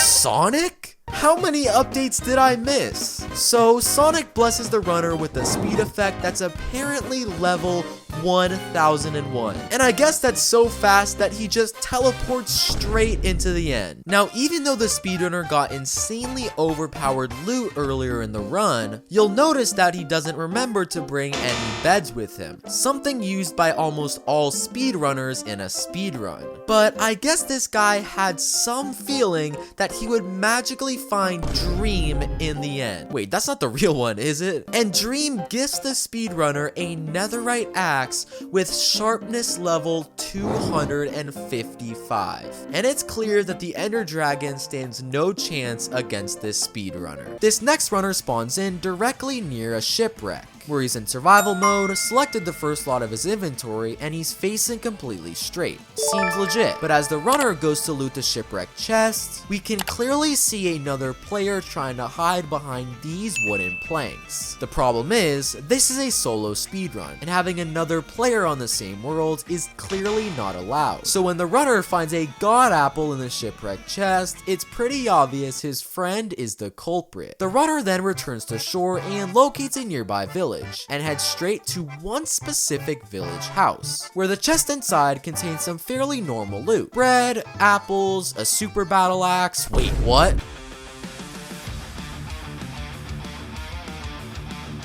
But hold on a second. How did the speedrunner know that this super overpowered item was in this village house? Well, let's go back to when the speedrunner first entered the village. If you look very closely above the house that contains the super battle axe, you can actually see the outline of a player wearing a skin he thinks blends in with the sky. Most likely, this is the same friend who accidentally revealed himself earlier in the run, and he purposely flew above this village house to alert the player the super battle axe was inside. So the runner finds a nearby lava pool and enters into the nether. The speedrunner then decides to use a popular speedrun technique for locating a fortress, where they increase their FOV and use the number of entities to guide which direction a fortress may be located. But when comparing their method to a real speedrunner, it's obvious that this runner is simply using this as a distraction, because at the exact same time, we can actually spot the friend we've seen throughout the run flying in a very specific direction. And 20 seconds later, if we listen to the speedrun's audio, we can actually hear a Discord notification. And all of a sudden, the speedrunner knows the exact direction the fortress is located. It's pretty obvious his friend used a locate command to find the fortress, DM'd him the coordinates on Discord, which the speedrunner used to find the fortress. So he enters the fortress, finds the blaze spawner, but only collects 4 rods. And later when he goes to locate a bastion, he decides to only collect 6 ender pearls. A normal Minecraft speedrunner would often collect far more of each item to have enough eyes to finish the portal, but his small amount of items will make sense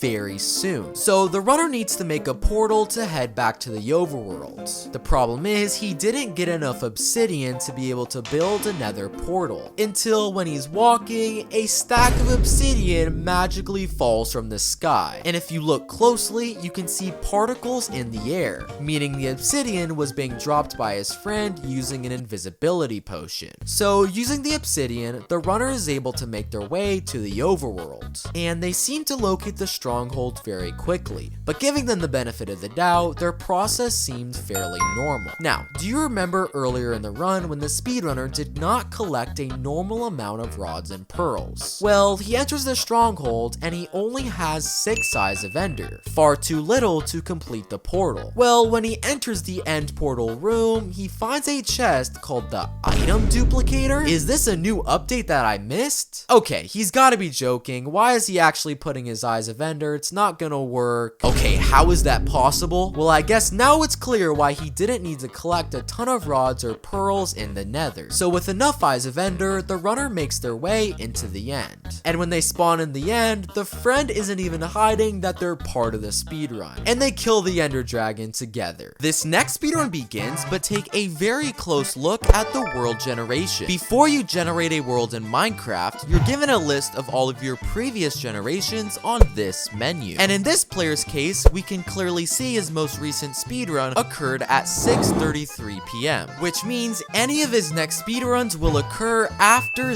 this time. So when the speedrunner finally spawns into his world, how is it possible that the time shows 3:07, which is nearly 3 hours before 6:33? Unless the speedrunner traveled back in time, this generation is completely fake. And the footage of him generating the world and spawning in are actually 2 different clips simply edited together. This will make sense soon. So the runner spawns in, and giving him the benefit of the doubt, things seem fairly normal. He mines some wood, crafts himself some tools, and finds a nearby village. But pause. This YouTube video posted by Dream over 3 years ago was his official world record speedrun. And if we play the footage, doesn't the world in Dream's speedrun look oddly familiar to the world in this speedrun? Look, here are both of their spawns, the exact same location. There's also this exact super tall cactus in the desert. And there's also a pyramid in the same location in both speedruns. It's pretty obvious the speedrunner is using the same seed from Dream's world record speedrun to try to get an advantage. And now it makes sense as to why he faked the generation earlier. So he enters the village and begins to get hay and collect some beds. But when the speedrunner goes to kill the iron golem, notice how the iron golem isn't actually attacking him back. In a real Minecraft speedrun, the iron golem will always attack you after you you hit it. But if you create one and spawn one in on your own, it won't fight back no matter how many times you hit it. Meaning, this player spawned in the iron golem himself off camera to make it easier to fight. So he collects the iron, mines some gravel, and begins to search for a lava pool, when the speedrunner decides to open Dream's video during his speedrun and starts copying his exact gameplay as he creates the nether portal. If you didn't think he was using Dream Seed earlier, this just confirms it. So the speedrunner enters the nether and goes in a very deliberate path to which he locates a nearby fortress. But how is it possible he located the fortress so quickly? Well, rewind the footage to just a few seconds earlier when the speedrunner added this random keyboard cam. And while it may appear innocent, he deliberately placed it in the bottom left corner of the screen, the exact same area where chat and commands are shown in Minecraft. And if we put his footage in an editing software and slow it down frame by frame, we can actually see the speedrunner use a /locate command and try to hide this command by adding in the keyboard cam, but did it just one frame late. So now it's obvious how he found the fortress so quickly. So the runner enters the fortress and begins to kill blazes and collect some rods. He then finds a group of nearby Endermen and collects some pearls, but notice how he's only able to craft a total of 6 Eyes of Ender, even though the end portal requires you to have at least 12, meaning he won't be able to travel to the end. But this will make sense in a few seconds. So he makes his way back to the overworld and finds the Stronghold. And when he enters the end portal room, what kind of cursed end portal is that? It's clearly different from what a real end portal looks like. And now it's obvious why the speedrunner only had to collect 6 Eyes of Ender. Now, I honestly don't even know if this is gonna work. Wait, how did that work? So the speedrunner enters the end, and for some reason, the Ender Dragon is somehow already dead. So I guess he just jumps in the portal and completes the run. This next speedrun begins with the runner mining some wood, crafting a few tools, and locating a nearby village, where he's selecting the first lot of his inventory, he's in survival mode, and he's facing completely straight. But let's take a look at this specific blacksmith. On the surface, it may appear to be pretty normal, but take a closer look at this specific torch. In a real blacksmith, there is always a torch on this wooden plank, but in this speedrun, we can actually see that the torch is on this oak log. This was clearly changed by the speedrunner off camera as a way to mark out this specific village house, because the chest inside contains gold, apples, a prismatic reaper. Wait, what?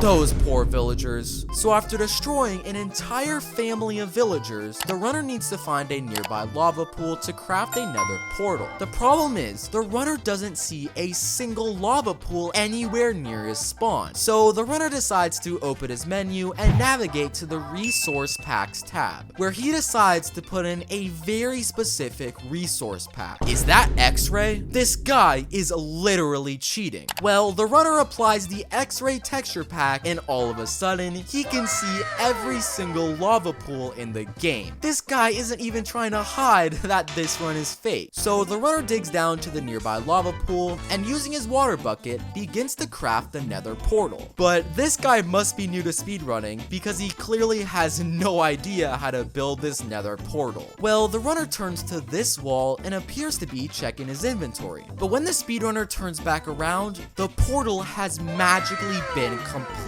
when clearly, just a few seconds ago, it was nowhere near close to being done. Well, if you play this part of the footage in slow motion, you can actually see that these two items in his inventory switch. Clearly, the speedrunner cut the video, finished building the portal off camera, and pretended like nothing happened. So the runner lights the portal, spawns into the nether, and luckily, things appear to be pretty normal. As his spawn is completely legitimate, he doesn't have have any potion effects, and he starts looking for a nearby fortress. But the runner must have gotten tired from running because he magically starts flying? But wait, we can see his hotbar. He's clearly in survival mode. How is that even possible? So the runner flies all the way to the fortress before locating the blaze spawner. But at a first glance, doesn't it appear as though there's far more blazes than would naturally spawn here? Well, if you take a closer look into this part of the fortress, you'll actually notice this floating blaze spawn egg in the air. And you can also see these strange particles floating around that very egg. And if you move ahead a few seconds to when the runner is leaving the fortress, you can actually see that a player is holding this egg after his invisibility potion ran out. It's pretty obvious he's the one who spawned this unnatural amount of blazes. So with all of these blazes, it's fairly easy for the runner to collect 7 blaze rods, where he then begins to search for a nearby bastion. And he actually manages to find one pretty normally. There's just one slight issue. This bastion is located on the complete opposite side of this huge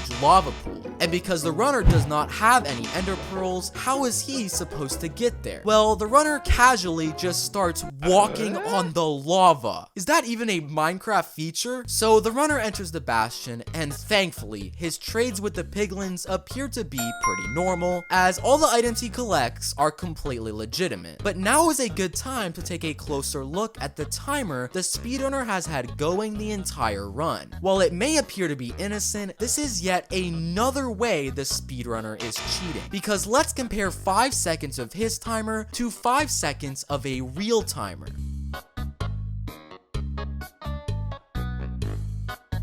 Look, his timer is actually moving way slower. He's literally using a slowed down timer to get a faster time for his speedrun. So, after collecting all the pearls that he needs, a normal speedrunner would likely build another portal and head back to the overworld. The problem is, the runner doesn't have enough obsidian to build a nether portal for himself. Well, he starts running in a random direction until he actually stumbles across a fully built nether portal. But hold on, if we rewind the footage, we can actually see this nether portal being built right before he gets there. This was clearly built by the same friend we saw spawning blazes earlier in the run. So the runner enters the portal, heads back to the overworld, and begins to search for the strongholds. And using a popular technique known as triangulation, he locates the strongholds and enters the end portal room. But this is where things get weird. The runner finishes placing his eyes in the end portal, but for some reason, it looks like a nether portal. And when the speedrunner jumps in, is he in the nether? In the end? What am I even looking at here? He's literally in the end, but every single block is like the nether. That portal must have been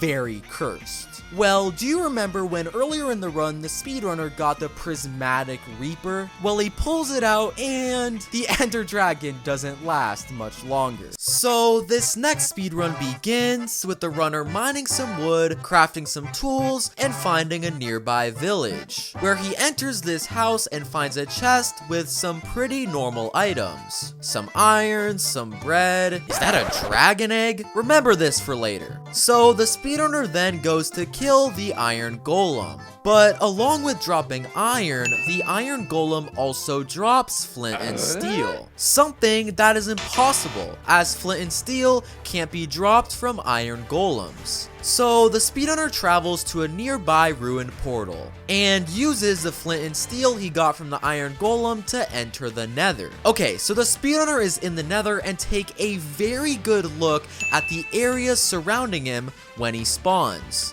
Because he goes to this wall, and when he turns around, he's magically in front of a bastion. But if we compare this to the area he was at just seconds before, we can clearly tell there was never a bastion there. Meaning he used turning around at the wall as a distraction to make a cut in the speedrun.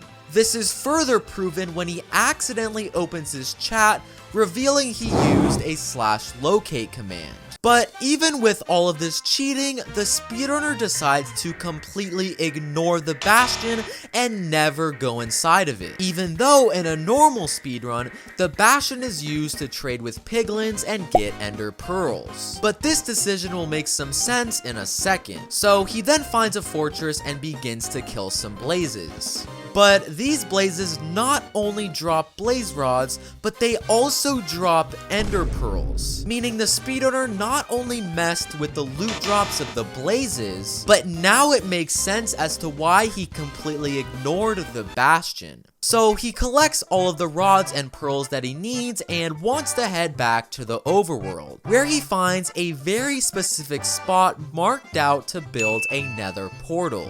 But if we take a closer look at the speedrunner's inventory, he has 0 obsidian, so how is he supposed to craft a nether portal? Okay, well, I guess he's deciding to build it with nether bricks, not really sure how that's supposed to work. Wait, how did that work? So the speedrunner heads back to the overworld and ends up finding the stronghold and enters it. So the speedrunner fills the portal and makes his way into the end. And the first thing you'll notice is that all of the end crystals are mysteriously gone. And the second thing you'll notice is, wait, is that a 3-headed ender dragon? This world is so cursed. Now in a normal speedrun, beds are usually the preferred way to beat the game. But I'm not sure if measly little beds will be able to handle the 3-headed dragon. Well, do you remember earlier in the run when the speedrunner found a dragon egg? Well, he uses the egg to spawn in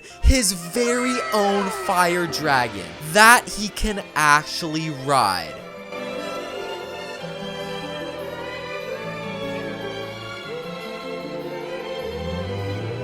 This next speedrun begins, but there's already something fake about it. No, it's not his game mode, as we can clearly see he's in survival. And it's not even his spawn, as he's facing completely straight. But it actually has to do with his hotbar, because he's selecting the 5th slot in his inventory. The problem is, when a real speedrun begins, you're supposed to be selecting the 1st slot of your inventory, meaning this world generation is completely fake. But giving him the benefit of the doubt, he starts off by mining some wood, crafting some tools, and locating a nearby village. All pretty legit, but the loot in this village chest is a completely different story, because the runner finds bread, an iron sword, obsidian, a bazooka. Wait, what?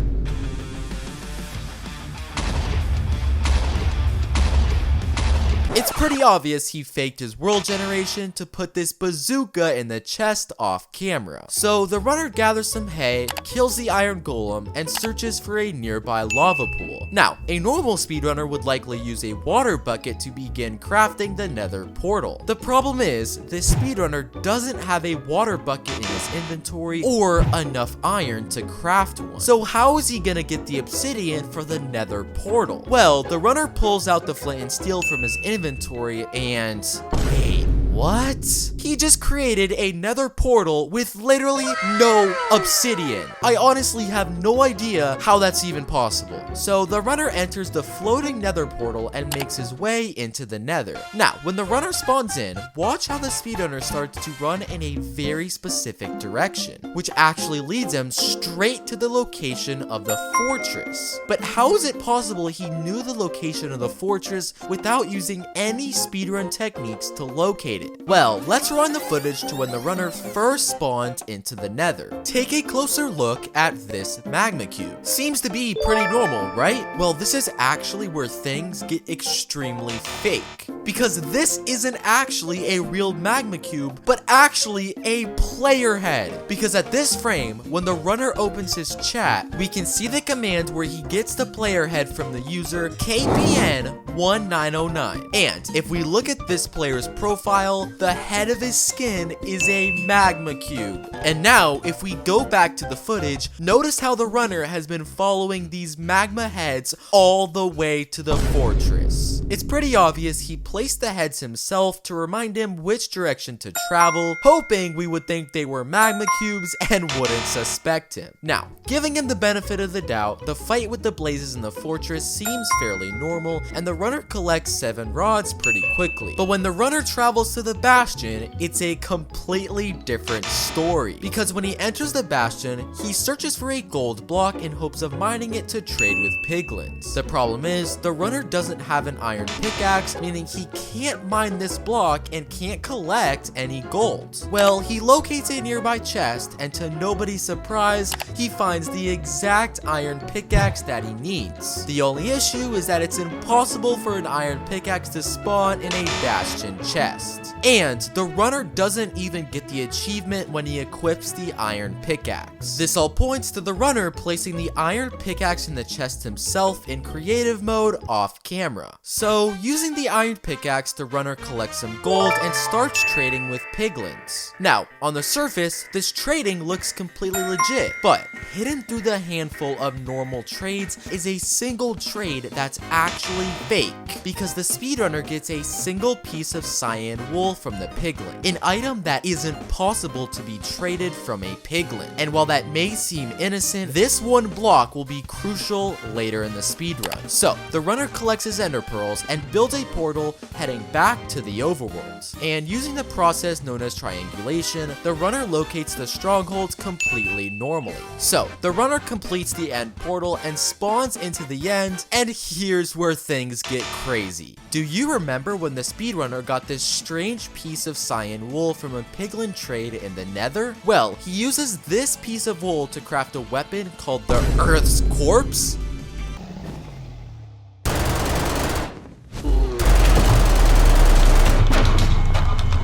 That thing is incredibly powerful. This next run begins and take a very close look at the world generation. In a real speedrun, the screen must show this box being completely filled in. But in this speedrun, you can see him cut the footage before the box is completely finished. So when he spawns directly in front of a village, we know the speedrunner is using a set seed and tried editing the world generation to make it seem real. But giving the speedrunner the benefit of the doubt, everything looks fairly legit during his spawn. He has 0 XP, he selected the first slot in his hotbar, and he doesn't have any items in his inventory. But take a close look at the loot in this village chest. There's iron, there's some apples, and a villager rocket. I'm pretty sure this isn't a real Minecraft item. So the run continues with the speedrunner making his way to a nearby ruins portal. But notice how he passed several rose bushes on the way, which is impossible as rose bushes can't spawn in plain biomes, the biome that the speedrunner is in, meaning the speedrunner planted them off camera to lead him straight to the location of the ruins portal. So he opens the chest where he finds some iron and obsidian, pretty normal loot, but he also finds a lever, which is impossible as levers can't spawn in village chests. Remember the lever for later. So the runner grabs the obsidian from the chest and completes the nether portal. Now, you probably didn't even notice it, but the speedrunner actually just cheated. Because look, just a few seconds ago when the speedrunner opened his inventory, we can clearly see there is not a single flint and steel anywhere in his items. But we can clearly see he used flint and steel to light the nether portal. So how did he get it? Well, if we slow down this part of the footage, we can notice a slight cut happen in the recording. Likely, the speedrunner then went off camera and got a flint and steel in creative mode. So he enters the nether, and the first thing you'll notice is that the lava is already flowing. Lava cannot start floating until someone spawns into the nether. And because the lava has already flowed all the way down, we know the speedrunner had already entered the nether off camera. And this is confirmed even further when the speedrunner doesn't get the achievement for entering into the fortress. The speedrunner then randomly gets a fire resistance effect, even though he never had one in his inventory. And this is likely to help him out with fighting blazes, where he gets a respectable amount of rods. Now, in a normal speedrun, runners would then travel to a bastion where they would trade with piglins to collect ender pearls. But I guess I may have missed an update because first off, I don't remember gold blocks spawning in a fortress. And secondly, I definitely don't remember there being a piglin spawner instead of a blaze spawner. This guy can't stop cheating. So he uses the gold he got from the fortress and trades with the piglins to get ender pearls, where he slowly makes his way back to the overworld. Now, this is where normal speedrunners would begin throwing their eyes of ender, hoping to locate the stronghold through a process known as triangulation. But this guy seems to have a different plan. Do you remember when the speedrunner got a lever from this village chest earlier in the run? Well,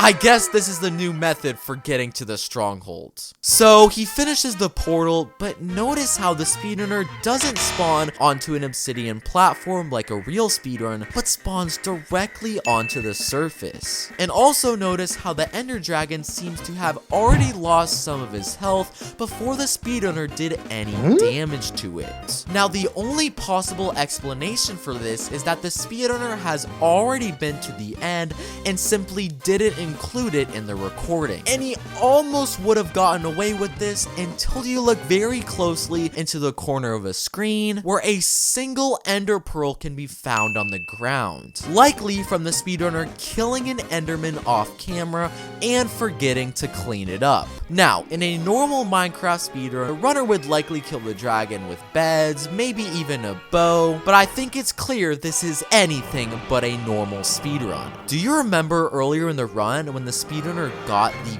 villager launcher? So he equips it and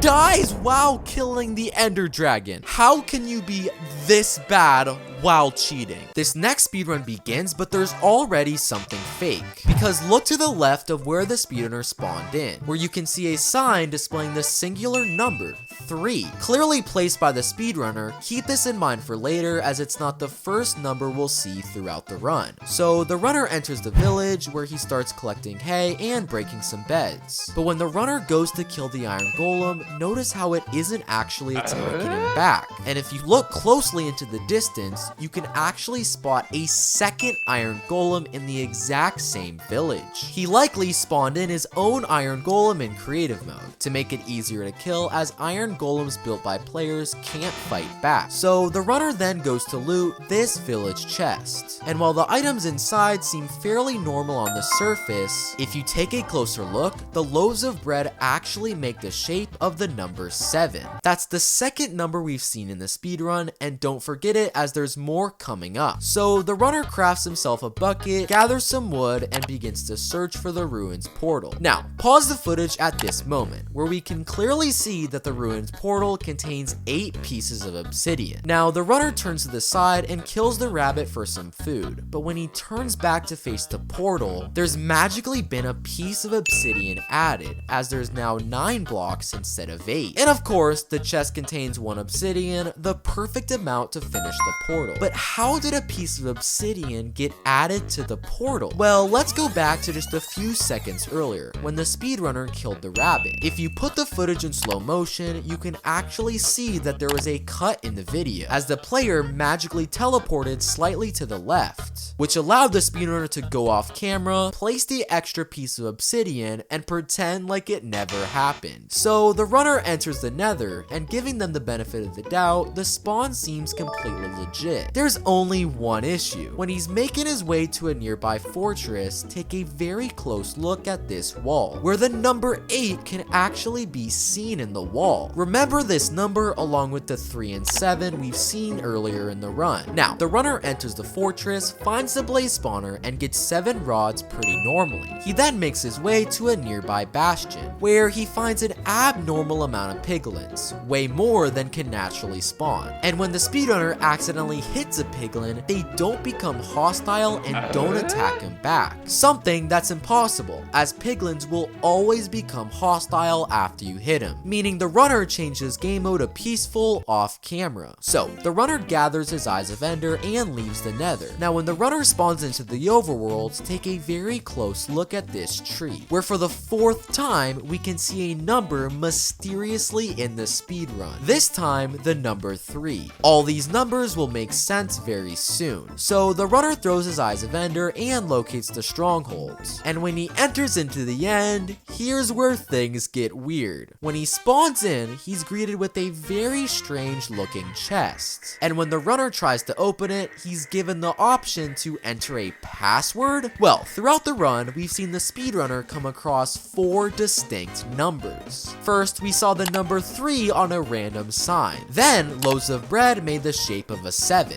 He then saw the number 8 in the wall in the nether, and he saw his final number as leaves in a tree. So of course, there's only 4 possible numbers that could be the password to this chest. And when the password's successful, the runner finds an interesting item, known as the Hammer of the Storm, which gives the runner the ability to summon lightning at any moment he wants. Yeah, that item's way too overpowered. This next speedrunner spawns in directly next to a ruined portal. Suspicious, but considering his spawn seems fairly normal, we can say it's legit. However, the loot inside this ruined portal chest is a different story, because scattered among the obsidian and gold is an item that isn't possible to spawn in this chest. This piece of blackstone. And while it may appear incredibly innocent, this one block will be extremely important part of the speedrun very soon.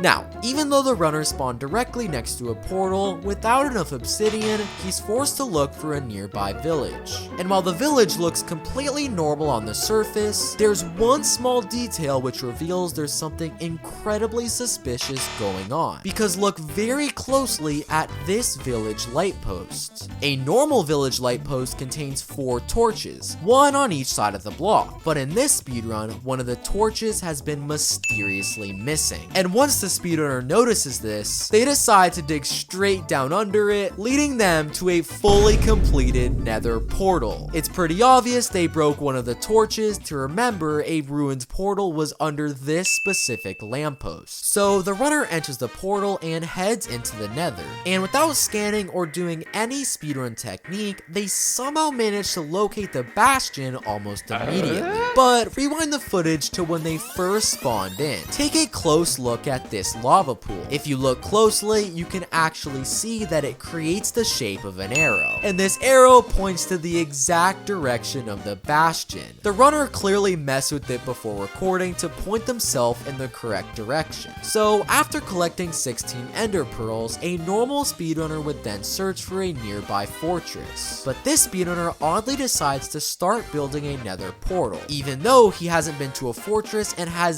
0 blaze rods. Well, instead of using flint and steel to light the portal, they decide to use gold? How is that even possible? Well, the speedrunner enters it and they spawn directly into a fortress. Since when did they add a fortress portal into Minecraft? So the runner finds the blaze spawner where they collect 9 rods very quickly. They then build a normal nether portal and head back into the overworld. And using the process of triangulation, they locate the stronghold and enter the end. Well, do you remember when earlier in the run, the speedrunner found this blackstone block in the ruined portal chest? Well, he uses that very block as the final piece to crafting the super infinite matter sword, which deals over 128,000 damage with one swing. And the ender dragon stands no chance against this weapon. This next speedrun begins near a village, and honestly, everything appears to be pretty normal. The world generation looks good, doesn't have any XP in his hotbar, and he appears to be in survival mode. But as he goes to loot one of the village houses, he makes a very obvious mistake. He accidentally presses tab and reveals that he's playing with one other person, something obviously obviously not allowed during a solo speedrun. But it doesn't stop there, because after getting some hay and looting a few more houses, he forgets to mute his mic and you can clearly hear him talking to his friend, the same one on the Minecraft server with him. Let's take a listen. Yo, you put the diamond in the chest, right? And it's no surprise when he finds this exact diamond in the next village house that he loots. It's pretty obvious he's using his friend to get OP loot. But this isn't the only help he receives in the speedrun, because as he makes his way to a nearby lava pool, he finds a random water bucket on the ground. And this guy has terrible acting. Okay guys, basically there's a new feature where water buckets randomly spawn, so we're just gonna use that really quick. But wait, rewind the footage and take a closer look at this tree, where the same friend we hear him talking to is trying to blend in by using a wood skin. I think it's pretty obvious he's the one who dropped the water bucket there. So he uses the water bucket to begin crafting a nether portal and enters the nether. Now, it would appear that he's traveling in a random direction, but he's actually following these strange particles in the air. And these particles are clearly coming from his friend we saw earlier in the run using an invisibility potion. And this is confirmed when he's unmuted and we can hear him asking his friend to lead him to the fortress. Let's take a listen. Bro, you're leading me to the fortress, right? This guy needs to learn how to mute his mic. So he reaches the fortress, kills some blazes, and gets 7 rods. But he doesn't go to a bastion to get ender pearls like in a normal speedrun, because he actually finds an Enderman spawner, something that definitely doesn't exist in a fortress. And I'm pretty sure we all know who placed this spawner here. So he heads back to the overworld and it's time for him to locate the stronghold. But notice how he doesn't actually follow this Eye of Ender that he throws, and actually goes in a completely different direction where he somehow magically finds the stronghold. But he makes a huge mistake you may have missed, because in this frame you can clearly see him using the /locate command, which reveals exactly how he knew to dig down at this block. So he finds the end portal room, but make note of the fact that there are 0 eyes in the portal, which is a problem for the runner because he only has 11 eyes. And because you need 12 to finish the portal, he can't travel to the end. But after the speedrunner loots this chest and turns back around, there's been an eye mysteriously placed in the portal. Now, I would be suspicious of the friend we've seen throughout the run, but there's no particles in the air that would point to him being there. But let's take a closer look. Remember when the speedrunner tried to blend in with the tree earlier in the run? You've got to be kidding me. He's trying to blend in with the wall? Well, I guess we know where that extra pearl came from. So the speedrunner enters the end, but notice how he doesn't have any beds, something very commonly used to kill the dragon. But not to worry, because he finds a building called the bed house. What explanation is he gonna give this time? Guys, let's just go use the new bed house feature they just added in Minecraft. Yeah, I bet my life savings that this isn't a real feature. So he goes inside the house where there's a sign saying deposit obsidian, and out comes all the beds that he needs to kill the dragon. Click on screen to watch even more fake Minecraft speedruns.